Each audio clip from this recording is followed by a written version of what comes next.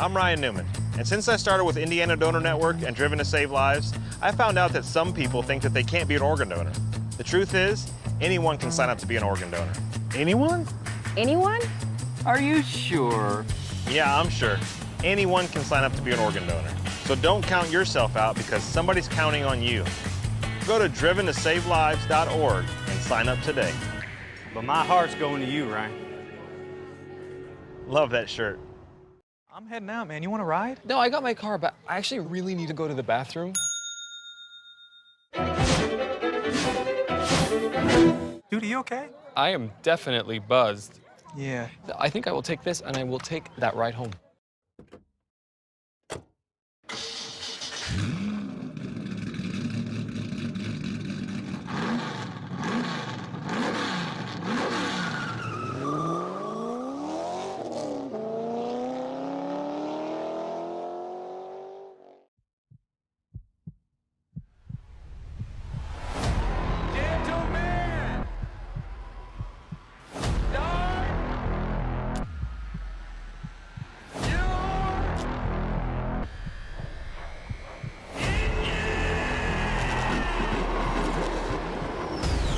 Green, rolling.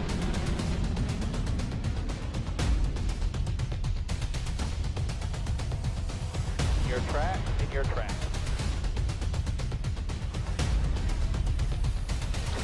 Check it up, check it up.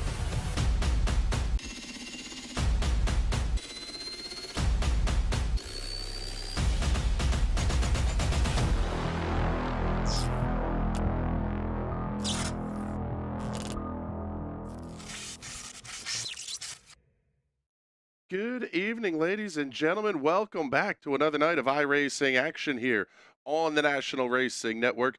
We are thrilled to once again be having live coverage of the Fuel Premier Series. Looking forward to this one all week long.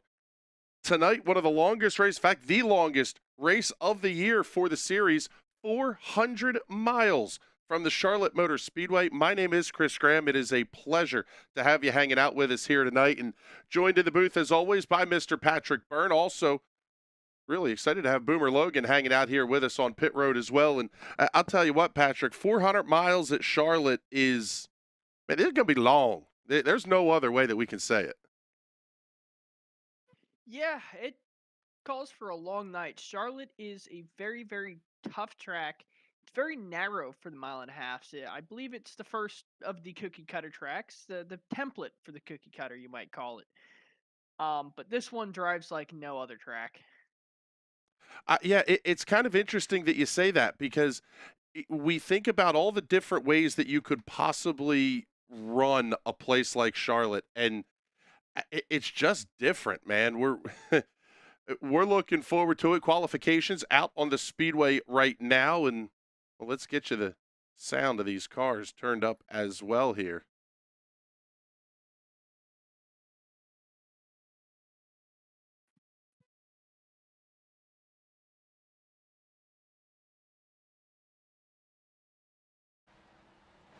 There we go. Now we got them up for you here. All right, qualifications just getting underway, and let's give you the rundown of who has already set a lap time and who is currently out on the racetrack. Don Runkle, Chris Matthews, both setting a lap time, as is Andrew Schaub. We'll pick him up as he makes his way off of turn number 4.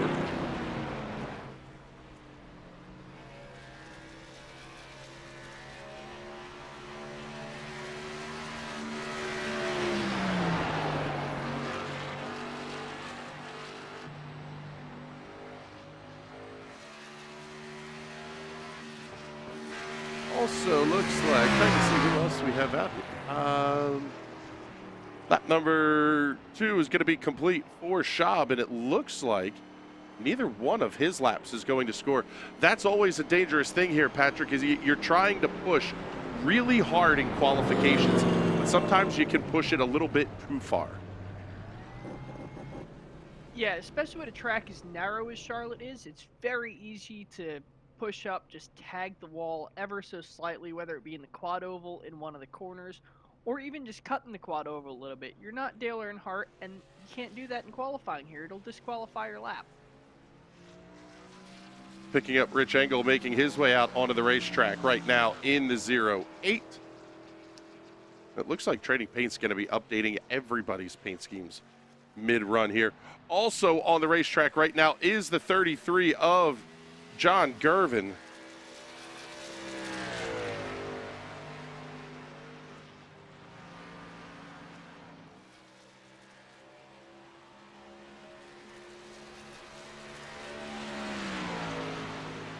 We'll take a look here. We'll be able to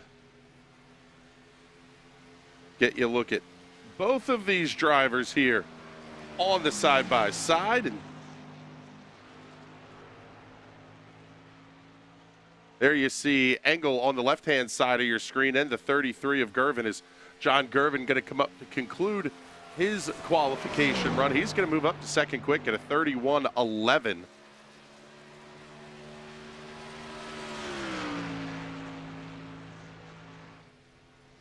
Seeing who else we have out here on the racetrack right now. Looks like the 88 going to be pulling off at the end of pit road. That is Tyler Dulger, as lap number 2 going to be complete for Engel. 31:14 will be his lap time of record. Coming out onto the racetrack as well is Brian Keita. Both of these cars going to get themselves worked up to speed here, and gives us a chance to bring in the third voice of our team here, Mr. Boomer Logan. And Boomer, what are you hearing from down there on pit road? We were hearing some numbers of what we thought the pit strategy was going to be, but something tells me that may have changed a little bit. Yeah, we'll see. It sounds like there's a little bit of a mixed bag. Some people may be already expecting to save a little more than others, but I've heard anything from 40 to 50 laps, probably the sweet spot being right around 45 laps there. But it's this setup is pretty tight today. It's kind of a pushy loose, so that right front tire degradation is going to be pretty bad. You're going to want to make sure you save that, but tires are definitely going to be a factor well before the fuel runs out. So it sounds like with 5 tire sets in the box available to them, as Tyler Dulger going to move up to second quick on the board at a 31:07. It sounds like what we're hearing then here, Boomer, is they're going to probably use every one of those 5 sets of tires that they have available in the box.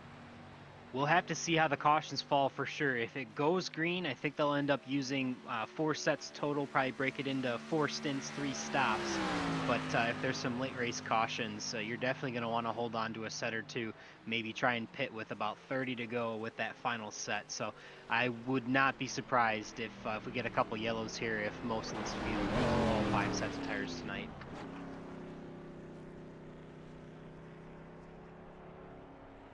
As these guys just finish up their run, we'll pick up Brandon Wengard and Travis McQuistion out on the racetrack. Wengard in the Bass Pro Shops #1 on the left-hand side of the screen.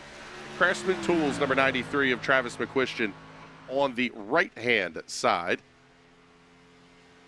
And Patrick, is that something that you're thinking about as a driver now? If you know that your number's either going to be 4 or 5 stops, hypothetically, you're sort of planning your race strategy around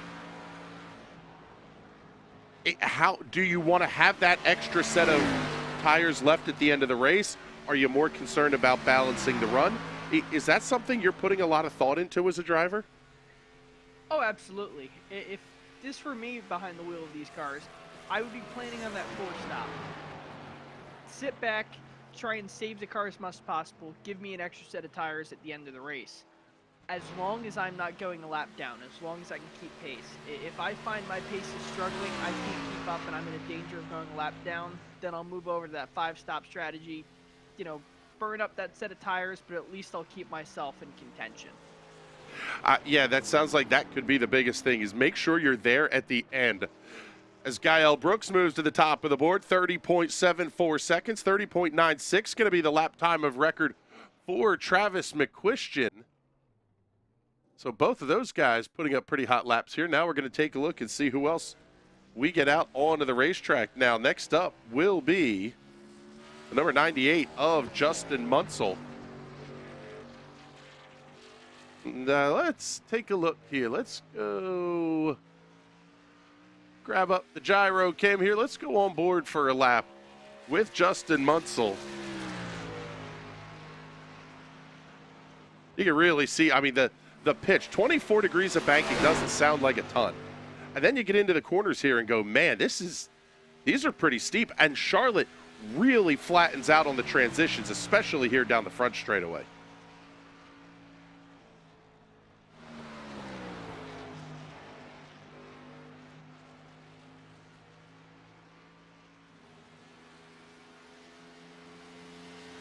Other cars out here on the racetrack right now include Justin Morton and the 90 of Johnny Edward. Morton, pretty damn spectacular 1 week ago at Bristol.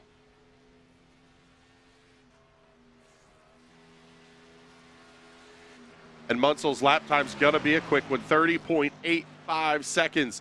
The time of record for the number 98 on the left-hand side of your screen.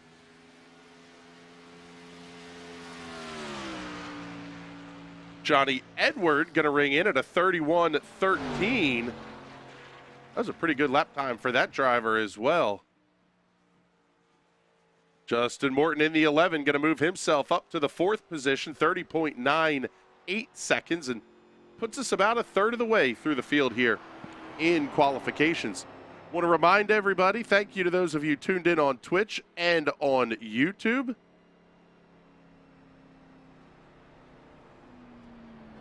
Thank you very much for the new chatters here on Twitch as well. We appreciate y'all hanging out with us and see what we can't do to get some of your comments up here on the air.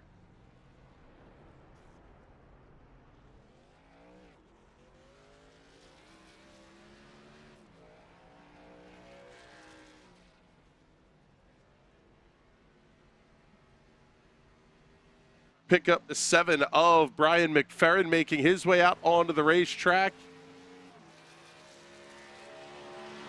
Along with a 65 of Brent Kusick.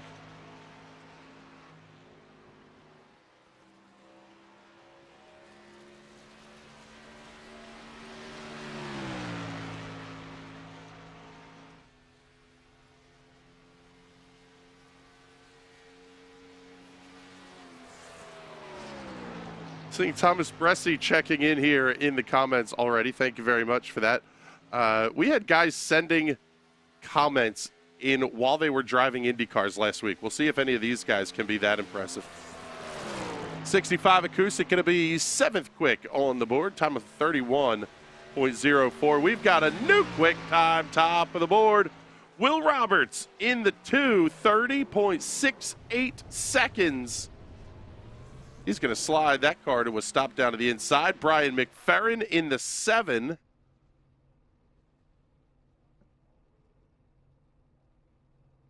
Well, it helps if you grab the right car. There's the 7 of Brian McFerrin making his way down to the inside of the racetrack. Tentatively in the 4th position here this evening. As we get the 81 of Brandon Bernhardt moving out onto the racetrack.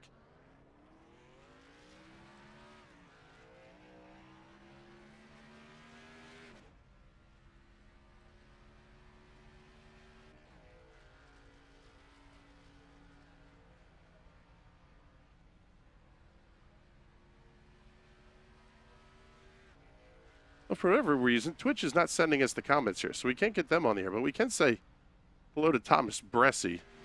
Yeah, Tom is he's sitting in VR watching qualifying from the grandstands. That's absolutely hilarious.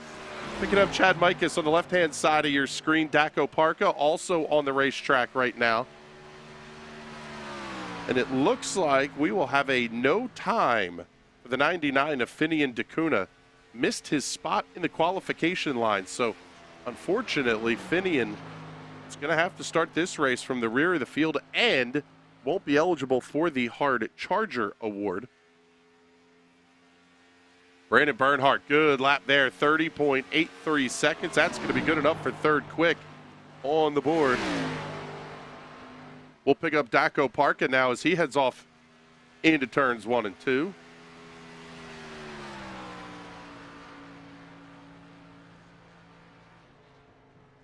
Chad Mike is now going to be third quick at a 30.78. And Oparka jumps up to fourth. That's going to knock Brandon Bernhardt down to the fifth position. Just a minute ago, we were talking about Brian McFerrin sitting fourth. Now he's all the way back to the seventh position. Coming up to speed on the left-hand side of your screen is Casey Shue, and we'll pick up the 13. Pick up the 13 of Blake Gordon. Now, Patrick, I got to ask you here. We talk about, the race is long. These are, blah, blah, all the stuff that goes into a long show like this. Does qualifying really matter in the sim world? I know in the real world it matters a lot for a place like Charlotte, but in the virtual world, does it really matter how well you qualify? I've won races starting on the pole, and I've won races not qualifying at all. In the sense of a super long race, it's not super important. However, with a lot of pit stops, it can be important because it does determine your pit spot. So your pole sitter is going to get that lucky spot all the way at the front. It's a little tougher getting into your box, but it's real easy in a straight shot off of the box. Which, even though you can't have a collision while you're in the boxes, just being able to see it and knowing you're that number one box makes it a lot easier to hit your marks. Yeah, at a lot of places, you're going to be able to get to the timing line before anybody else does. You've got a straighter shot, and sometimes you don't even have to worry about potentially speeding on pit road on exit. Picking up. I believe Go ahead. Charlotte is one of those tracks where you do have to worry about a little bit just because it's a little bit of a longer run to those green cones at the end of pit road. But still, you'll be able to just floor it, kind of go, maybe just check up just before you hit those cones and then get right back on the gas. You don't have to be staring at your speedometer the whole time. Pick up the 9 of Hayden Pastorius for the right-hand side of your screen as he makes his way out onto the racetrack. Already out there will be the 5 of Tyler Hensley. On the left-hand side of the screen, the 95 of Joe Dinsmore, one of the Paint of the Week award winners already this season. And have to say a huge thank you to all of the sponsors that are putting up some cash and awards and all kinds of fun stuff here for the Fuel Premier Series, including the Nerdy as Hell podcast, sponsoring the Rookie of the Race and the Rookie of the Year award.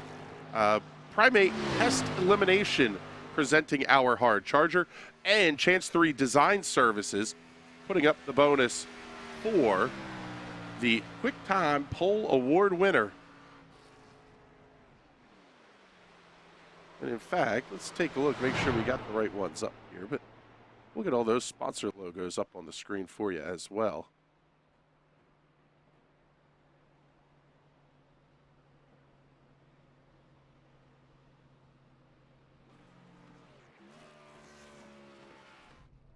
So lap times rolling in for these guys. Hayden Pastorius going to be second quick.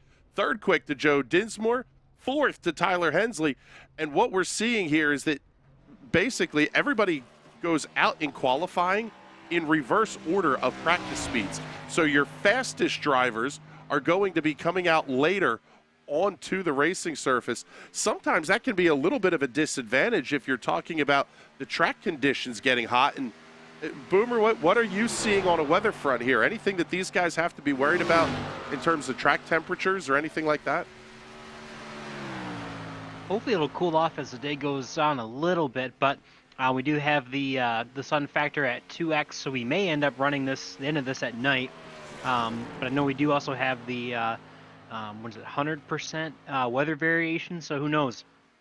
Could be a chance for the the track to get cloudy and cool early before the sun goes down, or it could stay hot and be slick. But definitely going to be looking to see the track temperature right now about 93 degrees Fahrenheit.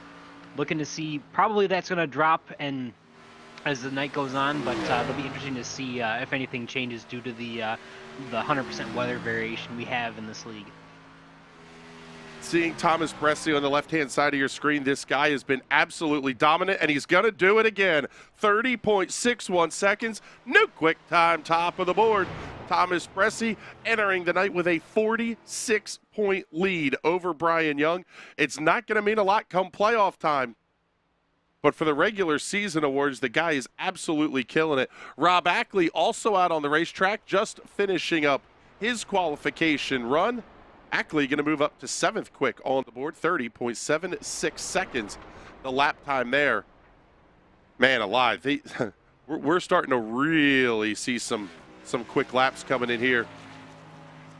One of my favorite paint schemes of all time rolling out onto the racetrack. A throwback to Dale Earnhardt's 1996 Atlanta Olympics Chevrolet Monte Carlo on the side of Michael Stroll's car. And we're going to have the guy who's second in points coming out on the racetrack as well. That will be Brian Young in the Kmart RC Cola number 86. Yeah, that's a cool deal that Michael Stroh put together. It's also actually even a throwback to himself, the first paint scheme he ever won with. And I believe actually NR03, maybe iRacing, but his first ever winning paint scheme. So a bit of a throwback to himself and to Dale Sr., but both throwback reasons of beautiful car. Stroll coming off at turn number 4. See what the lap time is going to look like. Comes across, shuts it off, going to be only 15th quick. Little bit of a disappointment there for Michael Stroll off of turn number 4. See what the lap's going to look like for Brian Young. He's going to be 6th quick, 30.73 seconds, the time of record for Brian Young. Down to just a handful of cars left to go here. 45 of Andrew Schaub, the 50 of Casey Lakatos, and the 6 of Cal Filarski going to be getting out onto the racetrack here momentarily.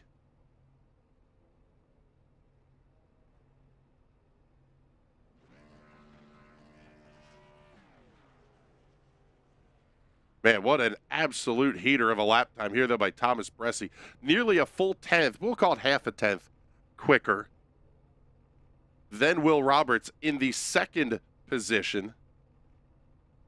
Down to just the final couple of minutes of qualifications here as well. Taking a look at the top 5 in your point standings, it is Thomas Bressi sitting on 306 points. 46 back is going to be Brian Young. 53 back, Rob Ackley. Justin Morton, 75 back, and Travis McQuistion, 85 points back. There's a couple of decent battles shaping up. From 5th place McQuistion back to 8th place Blake Gordon is only 11 points. Then you go from Casey Shue in 9th to Justin Munsell in 11th. It's only 6 points. But I tell you what, here, Patrick, absolutely nobody is touching Thomas Bressi right now. And seems like for the past 2-3 weeks, nobody's been touching him. Dude's been on fire. I expect him to nail it tonight. Which I think I just cursed him, and I'm going to go find some wood to knock on. There's a joke there, and I'm going to stay away from it. Casey Lakatos. We all thank you. Out on the racetrack. Cal Filarski also getting himself out onto the speedway.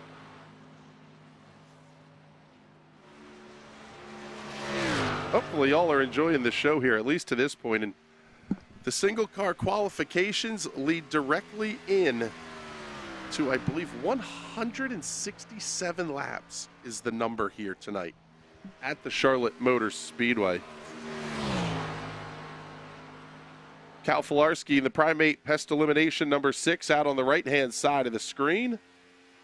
Both of these drivers now on their hot laps. First one across the line will be the 50 of Casey Lakatos.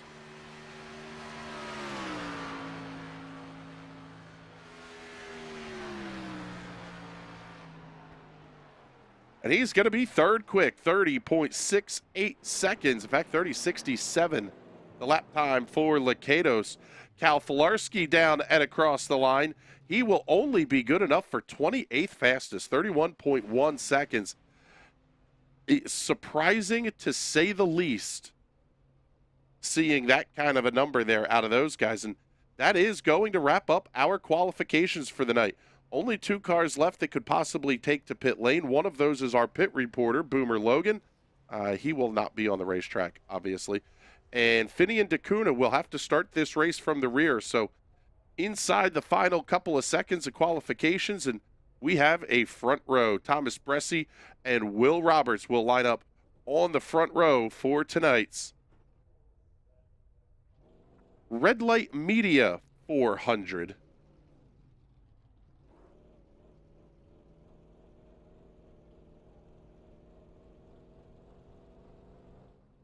So now, Patrick, this series kind of runs it in an interesting way here because you do the single car qualifying. So if you're somebody like Thomas Bressi or Will Roberts, somebody that went out fairly early in the session, there's a lot of hurry up and wait. You're just sitting around waiting for qualifying to end.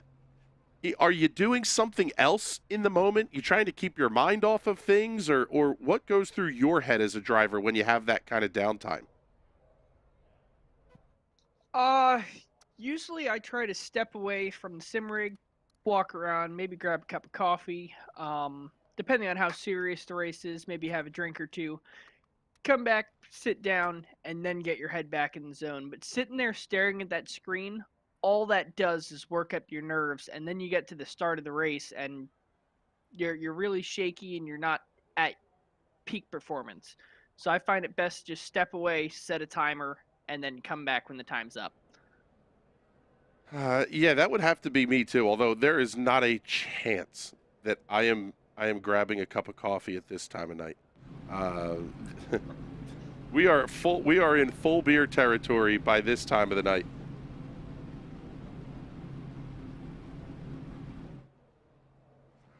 As we're getting all the sponsor logos queued up here, we'll let's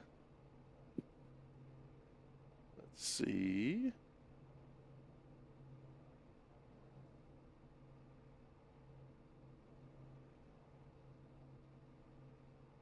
Now we got them ready to go.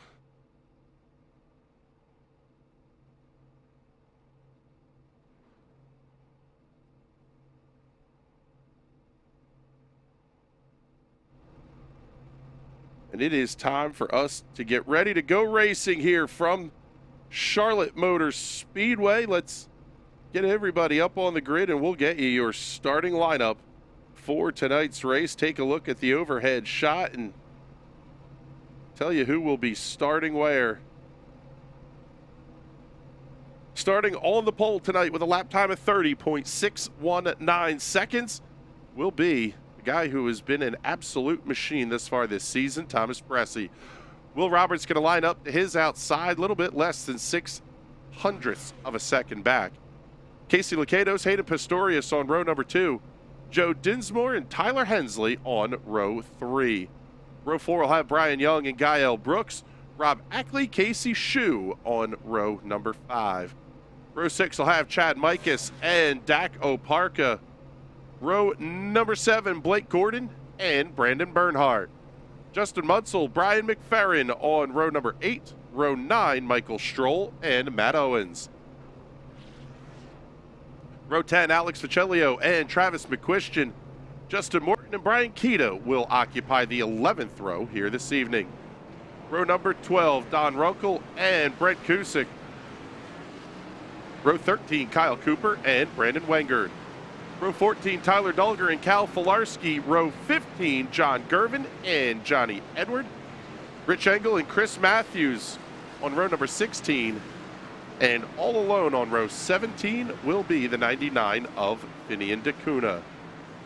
33 cars. How about it, Bizzle? Just about a full grid here at Charlotte Motor Speedway. We'll take it. This show is going to be fun to watch here tonight, and hopefully you're going to enjoy the show right along with us. And what do you think here, Patrick? Now we're getting ready to run. This is going to be pretty intense, quite frankly. Yeah, Charlotte is always just insane, especially on these first couple of laps. It's going to get pretty hectic. You can see even under pacing, they're too wide, doing 60 miles an hour, and this track looks tight. Yeah, and seeing an issue here for Rich Engel. We'll see, but yeah, we're going to do another lap behind the iRacing safety car. So another formation lap will be coming up here. Take a look to see if we can see what the issue was for Rich Engel. Get that one up on the instant replay. Well, don't really necessarily see anything other than the car sitting here stopped. My truck has that same issue. It just sometimes doesn't move. No, but that car is moving. Yeah, not sure what the issue was here for Engel, but looks like we're definitely going to go one more lap here behind the iRacing safety truck. I honestly kind of like that anyway. Yes, hearing that the back of the field was screwed up. Yeah, there were some issues getting everybody lined up here in position. So we're going to get ready to go green flag racing at this time by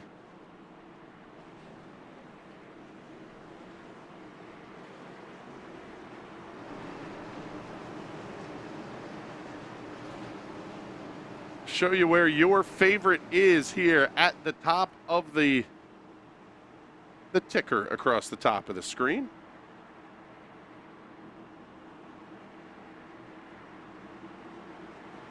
Field will make their way through turns 3 and 4. Pace truck is in, and as always, race fans, the start of the Fuel Premier Series going to be all yours.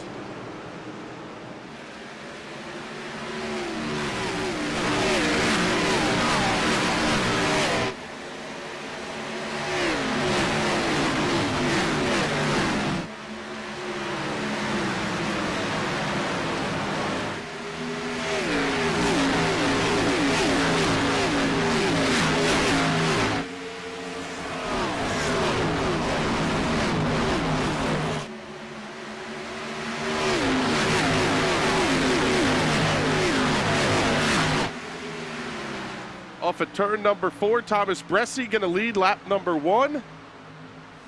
Several good battles throughout the field here.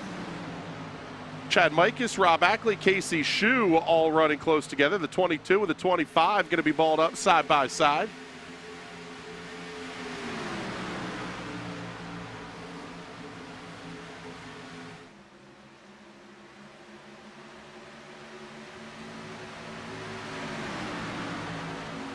The stuff is, the new toys are really cool for things like qualifying, but it's even better when we get to show you stuff like this. Battle for the race lead on the right-hand side of your screen. The battle on the left, going to be kind of action cam throughout most of the night here. We will do our best to follow along with the closest fights on the racetrack right now. Going to be Tyler Hensley and Will Roberts. Good battle for the race lead, nose to tail here as well off of turn number 4. Casey Lacados not letting Thomas Bressi get away.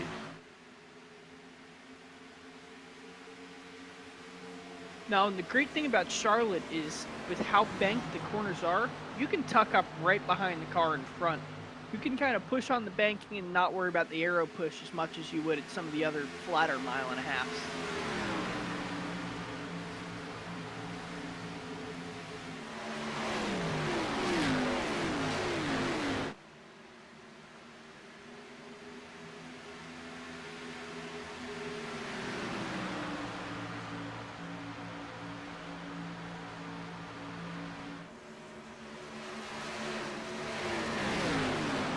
This is not the only battle going on right now. A little bit deeper in the field. Michael Stroll, Blake Gordon, and the 81 of Brandon Bernhardt going to be there as well. That's Stroll down to the inside of the racetrack. This is the battle for the 13th position.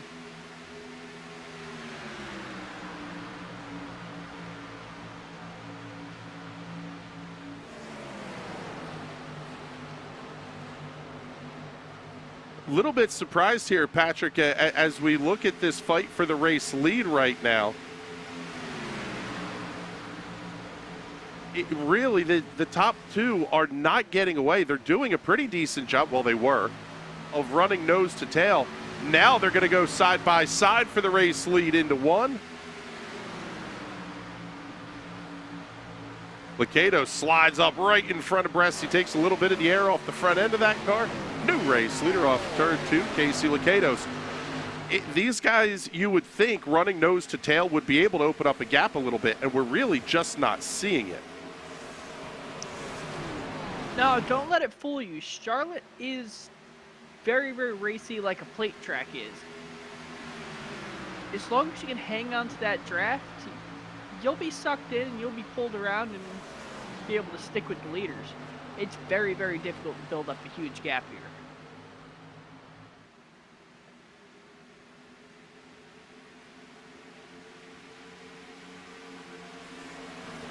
Seeing most of the field has decided to kind of put themselves in line a little bit. Got to go pretty deep in the field to pick up Matt Owens and Justin Morton. These guys battling side by side off of turn number 4.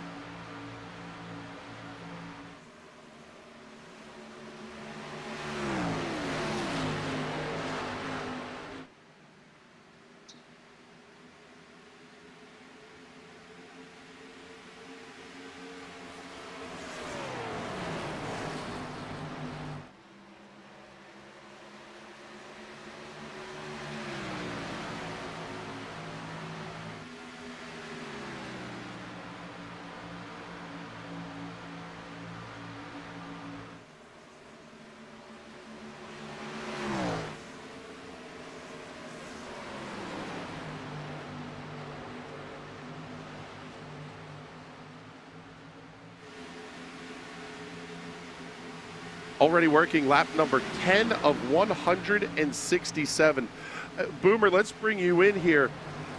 Is the change at the start, adding that one extra pace lap, is that going to affect these guys much in terms of pit strategy? No, I don't think by too much. I mean, obviously, you're well, a lot of the guys, especially at the front of the pack, who are pretty mindful of their fuel savings, will be shutting the car off during caution, so it really wouldn't be too much different. But maybe pit a lap shorter, but in the grand scheme of things, I think you can go 42 laps if you do a 3-stop race here tonight. So I wouldn't be worried about it too much if even if you were trying to stretch it to a shorter pit cycle. But yeah, not too crazy here to delay that by 1 lap. Looking at the 12 of Matt Owens, the 11 of Justin Morton, that battle is pretty good. Even better battle up here towards the front of the field. Will Roberts and Tyler Hensley going to be side by side. And they're going to have the 95 of Joe Dinsmore packing right up with them as well.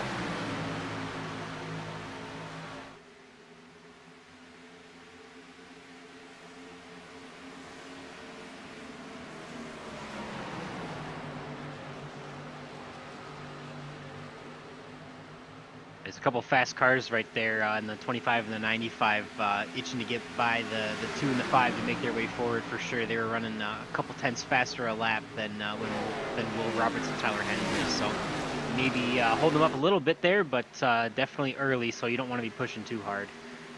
Tell you what, there's that Tyler Hensley way up against the outside wall through turns 3 and 4. The old Harry Gant line brings it back down to earth a little bit here through turns 1 and 2. Again, everybody's still fairly high, but now Mike is going to be able to get to the outside of Roberts. We'll see if Dinsmore can follow through. Looks like he will be able to.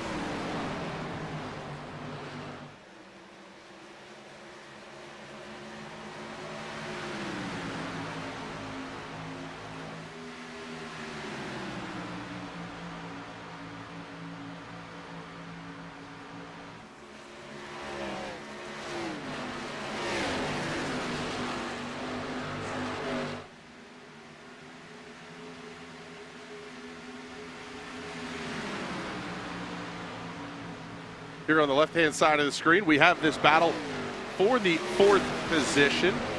Hensley, Mikas, Dinsmore, and Roberts. Roberts continuing to fall back through the field a little bit here as well. Right-hand side of the screen, the battle for the race lead. Casey Licados, Thomas Bresci. They have 0.8 of a second over 3rd place Hayden Pistorius. Pistorius almost a little bit in no man's land here, Patrick. Not getting any draft help, but not really losing much ground either. Yeah, and that's kind of hard part of these long Charlotte races is if you're stuck back there, it can get very, very hard on you mentally. just being stuck. You're not making up any ground. You're not really losing anything, and you're just watching that lap counter tick down. It gets very, very difficult to stay focused. Picking up Will Roberts in the 2. He has an absolute handful in that race car right now. May have bounced it off the outside safer barrier, exiting turn 2 last lap. Almost knocked the fence down coming out of turn 4 as well. This quad oval layout, Patrick, it's tricky, and there's a reason when they built this place the way they did, it was meant to be a challenge for the drivers with how the banking just kind of falls off and you end up almost flat through that front straightaway. Yeah, and it is immensely difficult to drive this track. It looks like it'd be super easy, looks like any of the other mile and a halves, but it's not. And when you're driving it, it feels even narrower than it is because you have to use every inch of this place. If you don't, you're either going to be going slow or you're going to end up into the wall. And either of those outcomes do not win races. No, you're not having a real fun time if you're doing that here. As we'll keep following this battle. Let's see. Let's slide back through the field a little bit here. Pick up Alex Ficellio and Daco Parka. The 00 on the inside of the racetrack. The 10 of Oparka down on the inside. They're going to have Travis McQuistion and Brandon Bernhardt right there with them as well. Also, the 22 of Rob Ackley right at the front of that train. Man, we've got several great battles here. Slide up the racetrack. How about the 2 of Will Roberts, the 4 of Casey Shue. Roberts continuing to fall. He is down 8 positions from where the race started tonight. Hardest charger of the race to this point is going to be Mike Stroll. He is up 8 spots, running in 9th. 3 wide into turn number 3. Blake Gordon trying to stuff a nose in down to the inside of the racetrack. Man, they're going to do it just up ahead of them as well.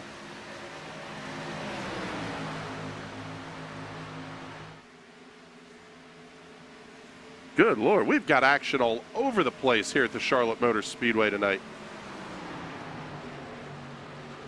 Blake Gordon, a little bit surprised to see he qualified pretty far back in the pack by his standards in the 13th position. And Boomer, let us know if you're hearing anything from the drivers here in the Discord channels or wherever they might be hiding, but seems like we could be having some guys that are really not happy with how their race cars are handling right now. Yeah, definitely haven't heard anything yet, but it looks like Will Roberts might have tried to burn off the tires a little bit early. And I know we got Brian Young at the back of the field. He's about 13 seconds off of the guy ahead of him, so quite a bit off the pace that the leaders might be catching soon, and maybe tag the wall there a little bit early on. Take a look. There's Brian Young just coming off at turn number 4. He is not having a real fun time out on the racetrack right now.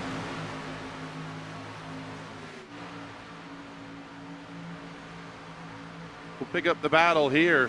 Chad Mikus, Gael Brooks, Tyler Hensley, and Mike Stroll all running nose to tail. 4th place, Joe Dinsmore, able to open up a little bit of a gap here. I'll tell you what, Patrick, one of the things that really comes to mind is if you're up on the outside of the racetrack, and we saw this in the real world at Talladega last weekend, if you're stuck up on that outside lane, when it's time for pit stops, you could be in some trouble. Yeah, you'll pretty much be forced to hit the brakes and let people pass you in order to get down there and try and get into pits. And then if you miss it, you got to go down around another lap going slow.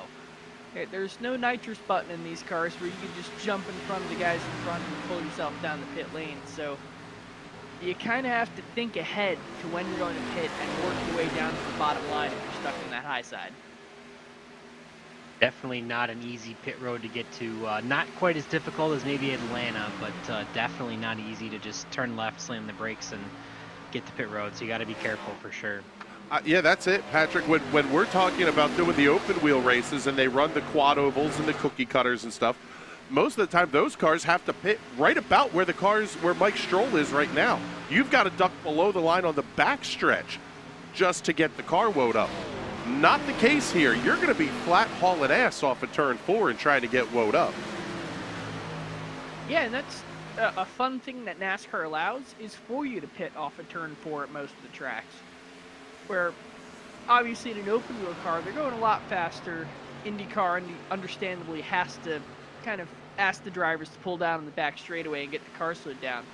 But these big heavy machines, they're a lot worse off trying to come down off turn 4, but it's the fastest way to do it, so it's the way everyone's going to try it. Yeah, basically, if you can do it, you're going to push it, right? As with everything else they do in these race cars.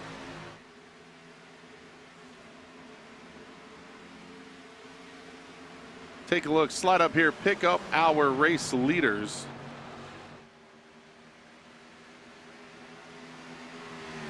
Thomas Bressi absolutely checking out here. And actually, we had a pass for the lead.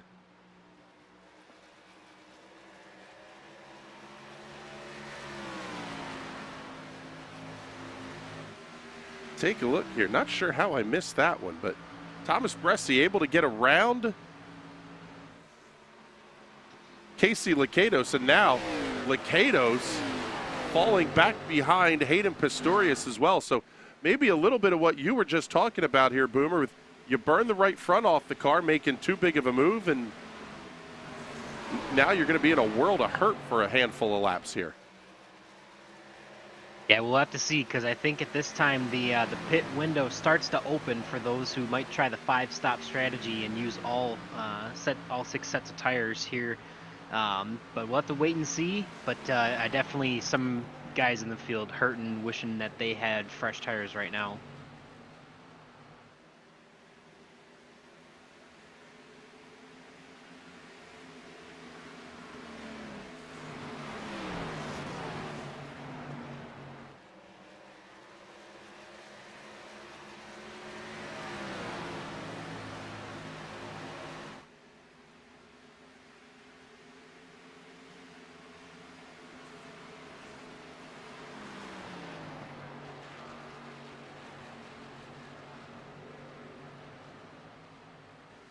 Yeah, I guess the pit window is going to open up at right about lap 35 or so.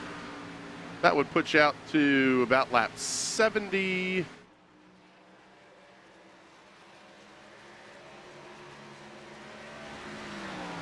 Yeah, you've been looking at about 35 lap stints if you're going to break it up and try to use every set of tires that you have. Long and short is pit window is potentially open. The reality is you just don't want to you can't give up the time this early in the race. No, unless you've got something up your sleeve, you've got the ultimate strategy worked out and you're confident on it, you kind of don't want to break strategy just yet. It's a long race, a lot of miles left to go in this one. Yeah, almost want to stick to the strategy that you had in your mind at the beginning of the race and stay with that until something throws it off, like a caution or an accident or whatever. So definitely want to try to stick to your game plan as best as you possibly can, whatever you've decided that to be to start.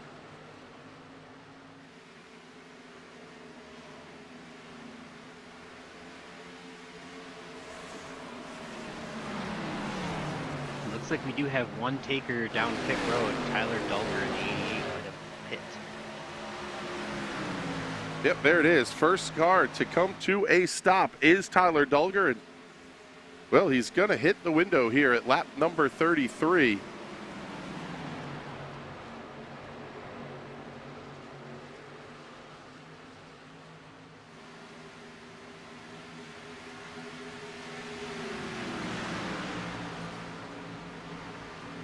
Dulger seems to be stationary for a little bit longer than we might expect of.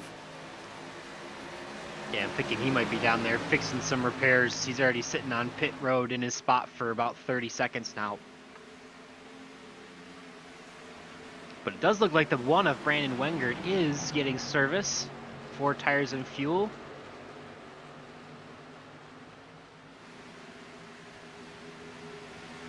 Real world, that's not a friendly way to get into the box. What's that like here in the virtual world, Boomer? You got to make a hard right-hand turn to get out there. Yeah, it does help a little bit when there's not so many cars in pit road, especially he's got no one in front of him, which helps. But the one nice thing about iRacing is anything you see in that concrete strip there, you are basically invisible to anyone else. But as soon as you pull up back onto the asphalt outside of the pit boxes, that is when you will make collision with other cars on pit road. So makes it a little bit easier in the virtual world, but definitely still kind of pointed left there in his box. So it'll be you need to make sure you keep it straight as you exit out. Hard charger. Yeah, it looks like Wengard's going to be getting some additional service as well here because yeah, exactly. He's now over 1 minute on pit lane here, or in the pit box, I should say.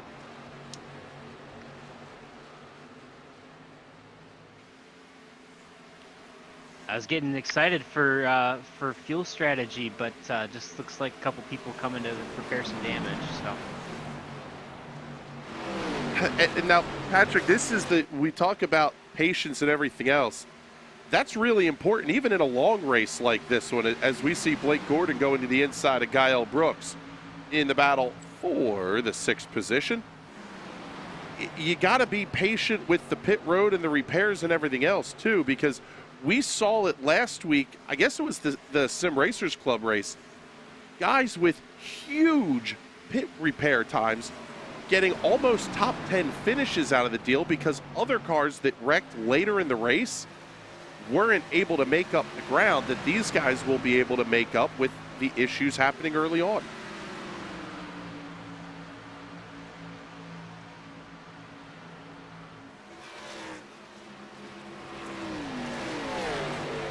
Well, I say that, right as I say that, Patrick disappears on us here for a moment, but... I'm here. Oh, you're here.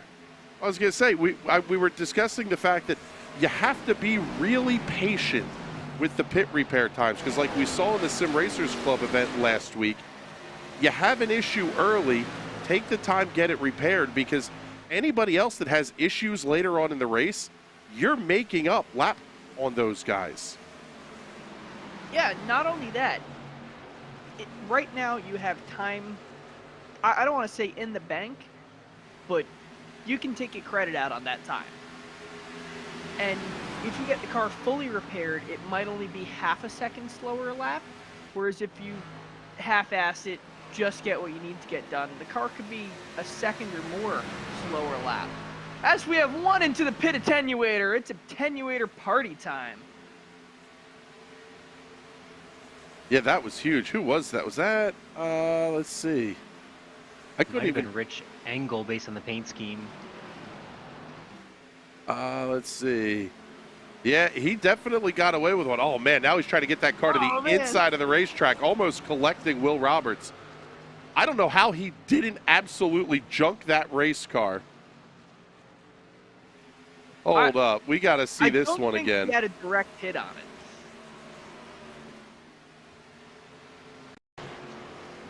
Take a look at this one. Off of turn number 4, trying to get the car woed up.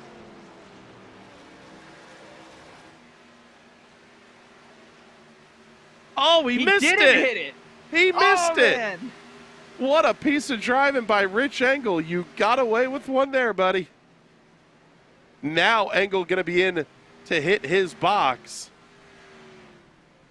Oh, but he overshoots it just a little bit as well. Looks like Tyler Hensley going to be making his way down pit road as well. So definitely in the middle of the first cycle of pit stops here. And that's exactly what you talked about there, Boomer. It is so easy to make contact trying to get on and off of pit road. Yeah, it's definitely pretty treacherous sometimes, especially, you know, you got your tires are all worn out as you're trying to get down to pit road, so you're not going to be stopping as quickly as you think you can. You know, if you made any green flag stops under practice here. But yeah, definitely a different animal trying to pit under pressure. And I mean, 1 second on pit lane isn't a lot, but 1 second on the racetrack is a ton. So we'll definitely see these guys probably try to get too much coming in and probably even getting a little bit too much coming off of pit road with cold tires.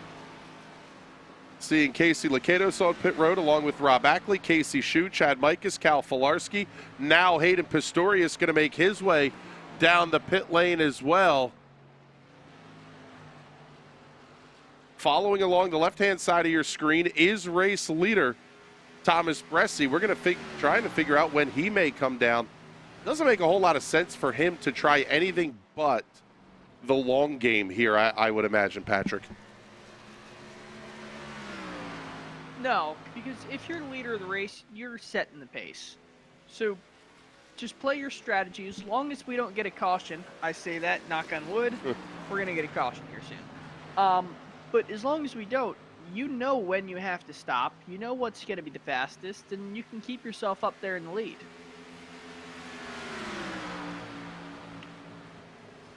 Now, the only part about the long game, though, Boomer, is you're giving up a ton of time on old tires. And as we say that, we see the race leader coming in. Yeah, definitely. Kind of got to make that plan and stick with it, but I wouldn't be surprised. Typically, the overcut works better, at least it seems sometimes in these cars, than the undercut, so...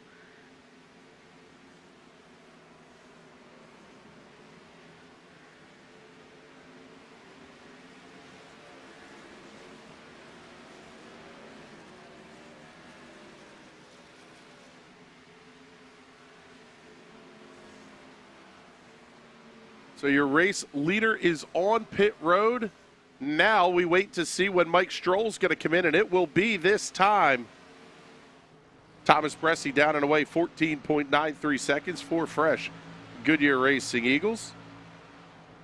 2 cans of Sunoco fuel going into that machine as well. And now we're starting to see the lighting effects come into play here. So this race definitely going to end in the dark.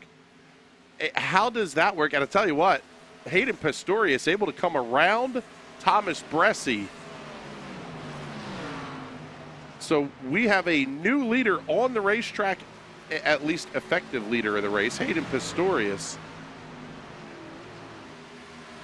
How does the change from daytime to night affect you as a driver, Patrick? It can be rough because the track changes so drastically. Typically, you'll go from kind of a looser racetrack on the hot, sunny surface to a much tighter racetrack on the cold, very dark surface.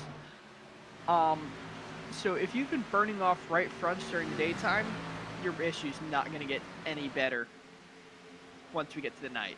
However, if you've been battling a loose race car, which is the way these cars should be dialed in for the daytime, you should be pretty neutral and pretty well off come time for night. Yeah, we'll have to see how it changes as the night goes on. It's already 10 degrees cooler on track than it was. We're 93 at the beginning of the race, 83 degrees Fahrenheit now. Gael Brooks, the last car to hit pit lane, and he does it at lap number 48, I guess it would be. He is down and away, 16 seconds flat. The time of the stop for Gael Brooks slid through the box just a little bit. Had to back it up. He stopped at lap number 48. So the pit window looking like it's going to be tonight anywhere from 38 to 40. Oh, let's see. What was the number? 47, 48 laps? Doesn't sound like it's a huge difference, but the reality is you're talking about almost a full stint by the time you add up 4 or 5 pit stops.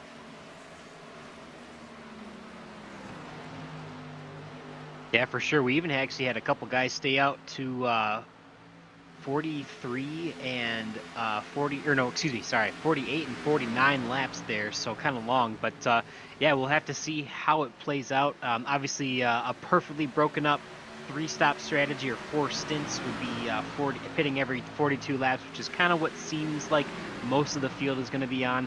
Maybe a couple overcuts and undercuts here or there, but it seems like everyone's kind of tied to that strategy so far. I don't think you're going to really have a chance to stretch it out on 2 stops. So that's kind of where most of the field is sitting. So there's your race leader on the left-hand side of your screen, Hayden Pistorius, holding an 8/10 of a second lead, almost 9/10 over Thomas Bresci. On the right-hand side of the screen, you've got Mike Stroll and Rob Ackley. They are battling for the 7th position. Tightest battle here right at the front of the field.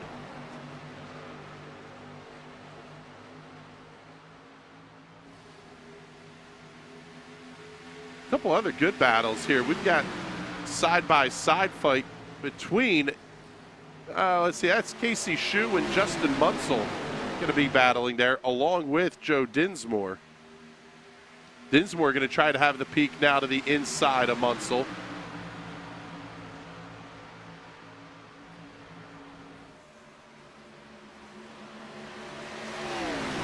Hayden Pistorius has cleared the lap traffic. Thomas Bressi is right at the back of this pack of cars making their way down the back straightaway. Sometimes you'll see it where the race leader has a tough time getting through lap traffic. This instance, he was able to clear them easily, and it's Thomas Bressi that's going to have to try to pick these guys off one by one without losing too much time.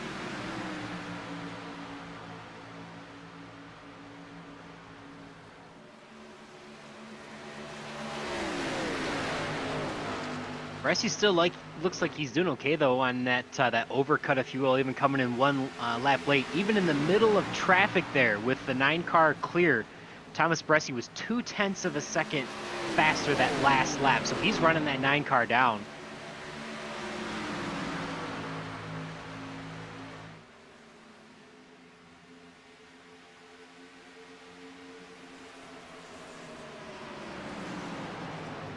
So first set of pit stops is complete. The battle for the race lead is going to heat up here momentarily, but we haven't done one of these in a while, at least not since the very start of the race.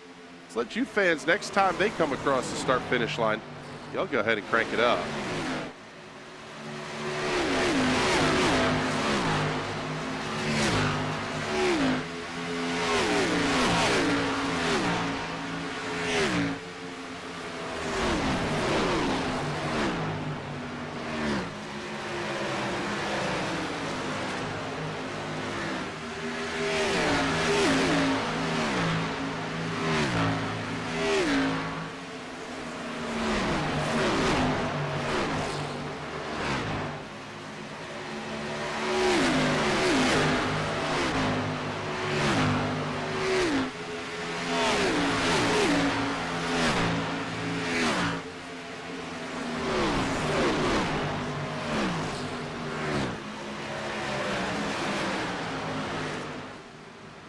Race leaders nose to tail off of turn number 2, lapping number 57 of 167 in the longest race of the year for the Fuel Premier Series.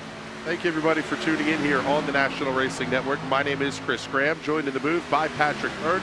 Boomer Logan patrolling pit road. Thomas Bressi easy down to the inside. Man, that one looked almost too easy. It makes you wonder here, Patrick, are we thinking a little bit of tire saving possibly?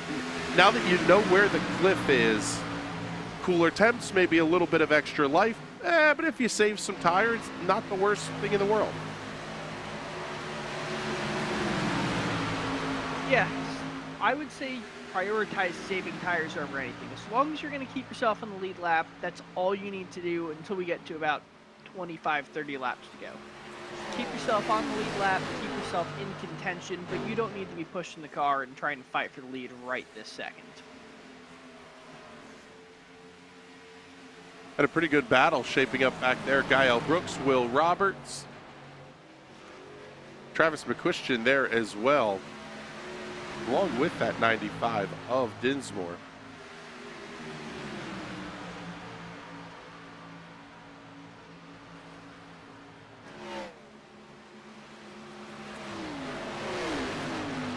Pick up the race leaders here on the right-hand side of your screen. On the left-hand side, we'll run you through the field here. Thomas Bressi is, well, quite frankly, doing what he does.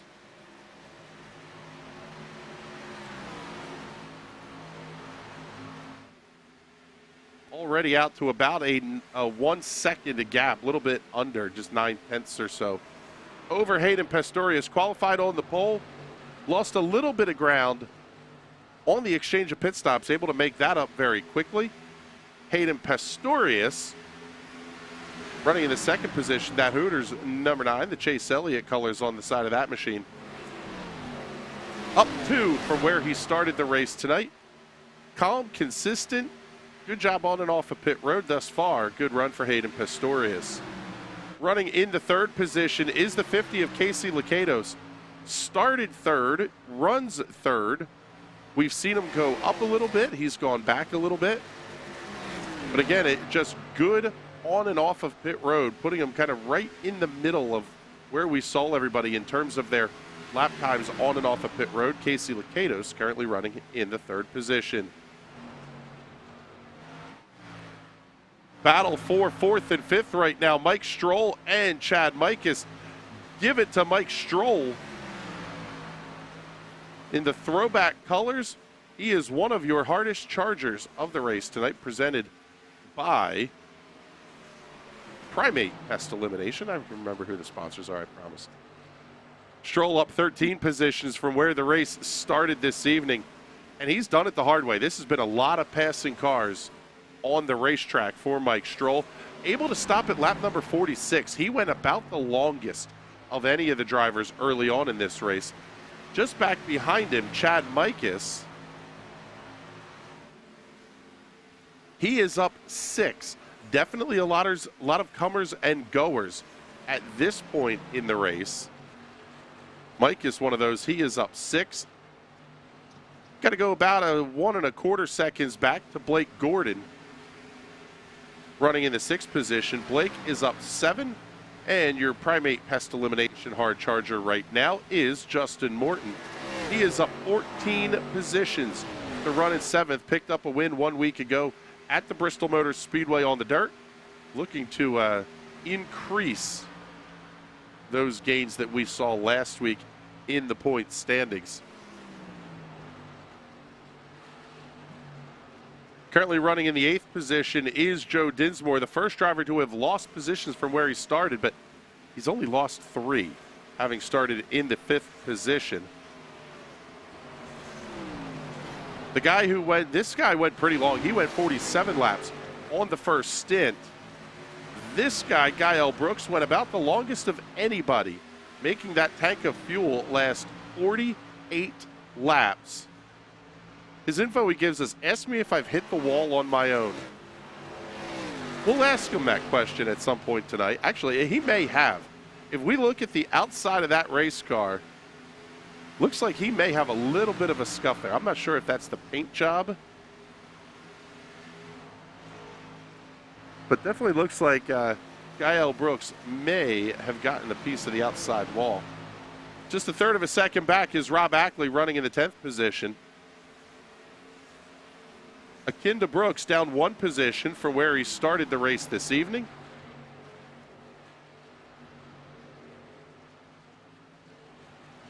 Guy already has a race win this season at Daytona. Travis McQuistion up 9 spots to run in the 11th position. And I'll tell you what here, Patrick, we'll wrap this one up for right now, but the more that I look at how this field is starting to kind of run their way through, this is definitely feeling like, what was it, 2017, I guess? Martin Truex Jr. absolutely annihilating the field here in the 600-miler. It's kind of getting that feel of what Thomas Bressy's doing tonight. I vaguely remember that race. I remember taking a nap halfway through that race, and Martin Truex Jr. was still in the lead, and I figured I was asleep for 5 minutes. Lap counter came up, and we were at lap 395. I mean, and that's not a bad thing either. If Thomas Bressy goes out here and dominates the race, it'll just continue his winning streak and just show the rest of the field that, hey, y'all got to step your game up if you want to take down Thomas Bressy. Yeah, that to me is really a big point here. You want to be the man, you got to beat the man. And at this point, there's really nobody that's anywhere close to Thomas Bressy's level. And Boomer, maybe you can shed some light on this. You talk to these guys a lot over the course of the week. Is there a secret sauce? What's going on here? What are the other drivers talking about? How are they going to be able to beat Bressy? Yeah, I think Thomas Bressy's definitely been one of the cream of the crop in this league for a while. Obviously tonight, you see Michael Stroll running some pretty quick laps as well, but he just maybe started further back in the pack. So you gotta put together a good race. You gotta qualify well, you gotta run well all race, and you got to not make any mistakes. And those are the things that Thomas Bressi is doing better than anyone right now. We've still got 5 to 6 or maybe 8 people in this league that have that opportunity to win every single week, and no one is putting it together better than Thomas Bressi right now. Yeah, he's impressive. Probably isn't the right word here. As we'll slide up, pick up Casey Lakatos and Michael Stroll. Stroll going to be catching him pretty quickly here, about a 10th faster, actually about a quarter of a second faster. Last lap for Casey Lakatos, or for Mike Stroll versus Casey Lakatos. Seeing our buddy Matt Wagner checking in the comments here. Thank you very much for hanging out with us here. Looking forward to Phoenix. Yeah, the Ezra IndyCar Series will take on Phoenix Raceway. You'll get to see that one on Thursday night, 8:30 p.m. here in the East.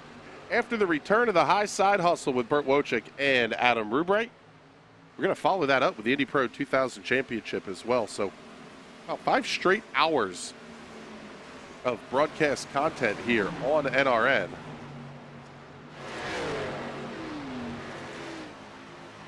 Stroll to the inside of Lakatos. He'll make that pass look easy off of turn number 4.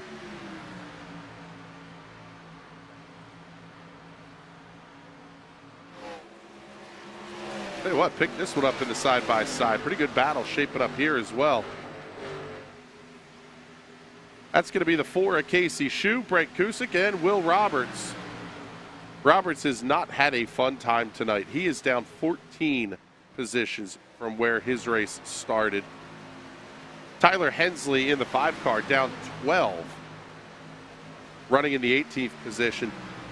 Patrick, what do you do as a driver when it feels like the car's junk, you're not having a good night, and you look up at the lap counter and go, oh my God, there's still 92 laps to go? You shouldn't be asking me. I had a full-length F1 race at the Indianapolis Grand Prix yesterday, and I pulled a Michelin and just decided I was done. So I am the wrong person to ask me that question. That's awesome. Screw it, I'm done. I'll take the points hit.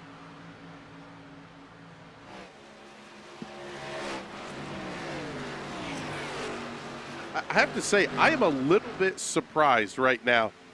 We're seeing only, 5, 6 cars that are a lap down? Only 2 cars out of the race at this point, Tyler Dulger and Brandon Wengard.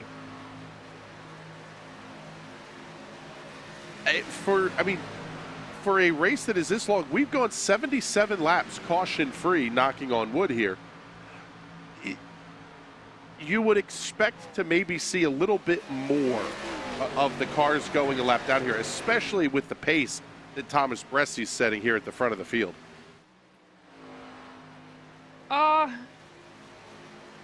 don't know. We have such a close, competitive field that I don't think Thomas Bresci has a really huge advantage. I think it's just he's able to be the most consistent and keep people behind him. I don't think it's so much he's got them beat on raw pace as he just has them beat on skill. If that makes any sense. Yeah, it does. And let's see here. We'll pick up this battle. Let's see.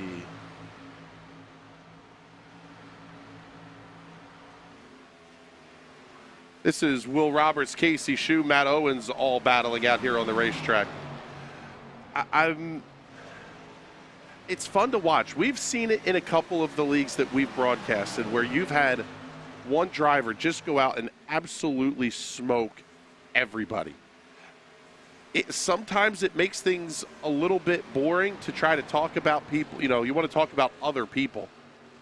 But when you see somebody that is just really good at their craft, like Thomas Bresci is, it's a lot of fun to watch that as well. I was going to say, and he's not absolutely smoking everyone. No discredit to him. I mean, he's leading the race. He's won how many races this season so far? But there's only a 2-second gap back to second. It's just he's so much more consistent and very, very precise, which is why he's out there leading this race right now.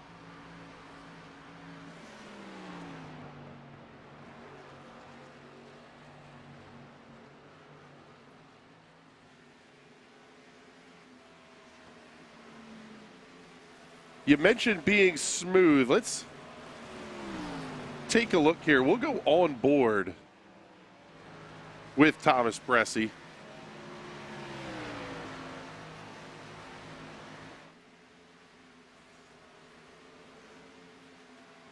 I mean, it's fun to watch, man. You see the hands are just very quiet. You can barely see them down in the lower left-hand corner of that big box, but not a lot of hand movement. I mean, the car almost feels like it's driving itself. When you see the pitch in the corner, there's almost no movement of him turning that car left. Yeah, and like if you watch in-car cams from, I don't know, a guy like Cody Ware, you can see a lot of movement in that wheel. It's not very smooth, it's very jerky, and that's what makes you go a lot slower. By being so precise and so smooth, that's going to save you tires. So not only is he going to be able to push his runs longer, they're going to be faster while they're longer. Kind of hard to believe, but we're already getting very close to the next cycle of green flag pit stops here.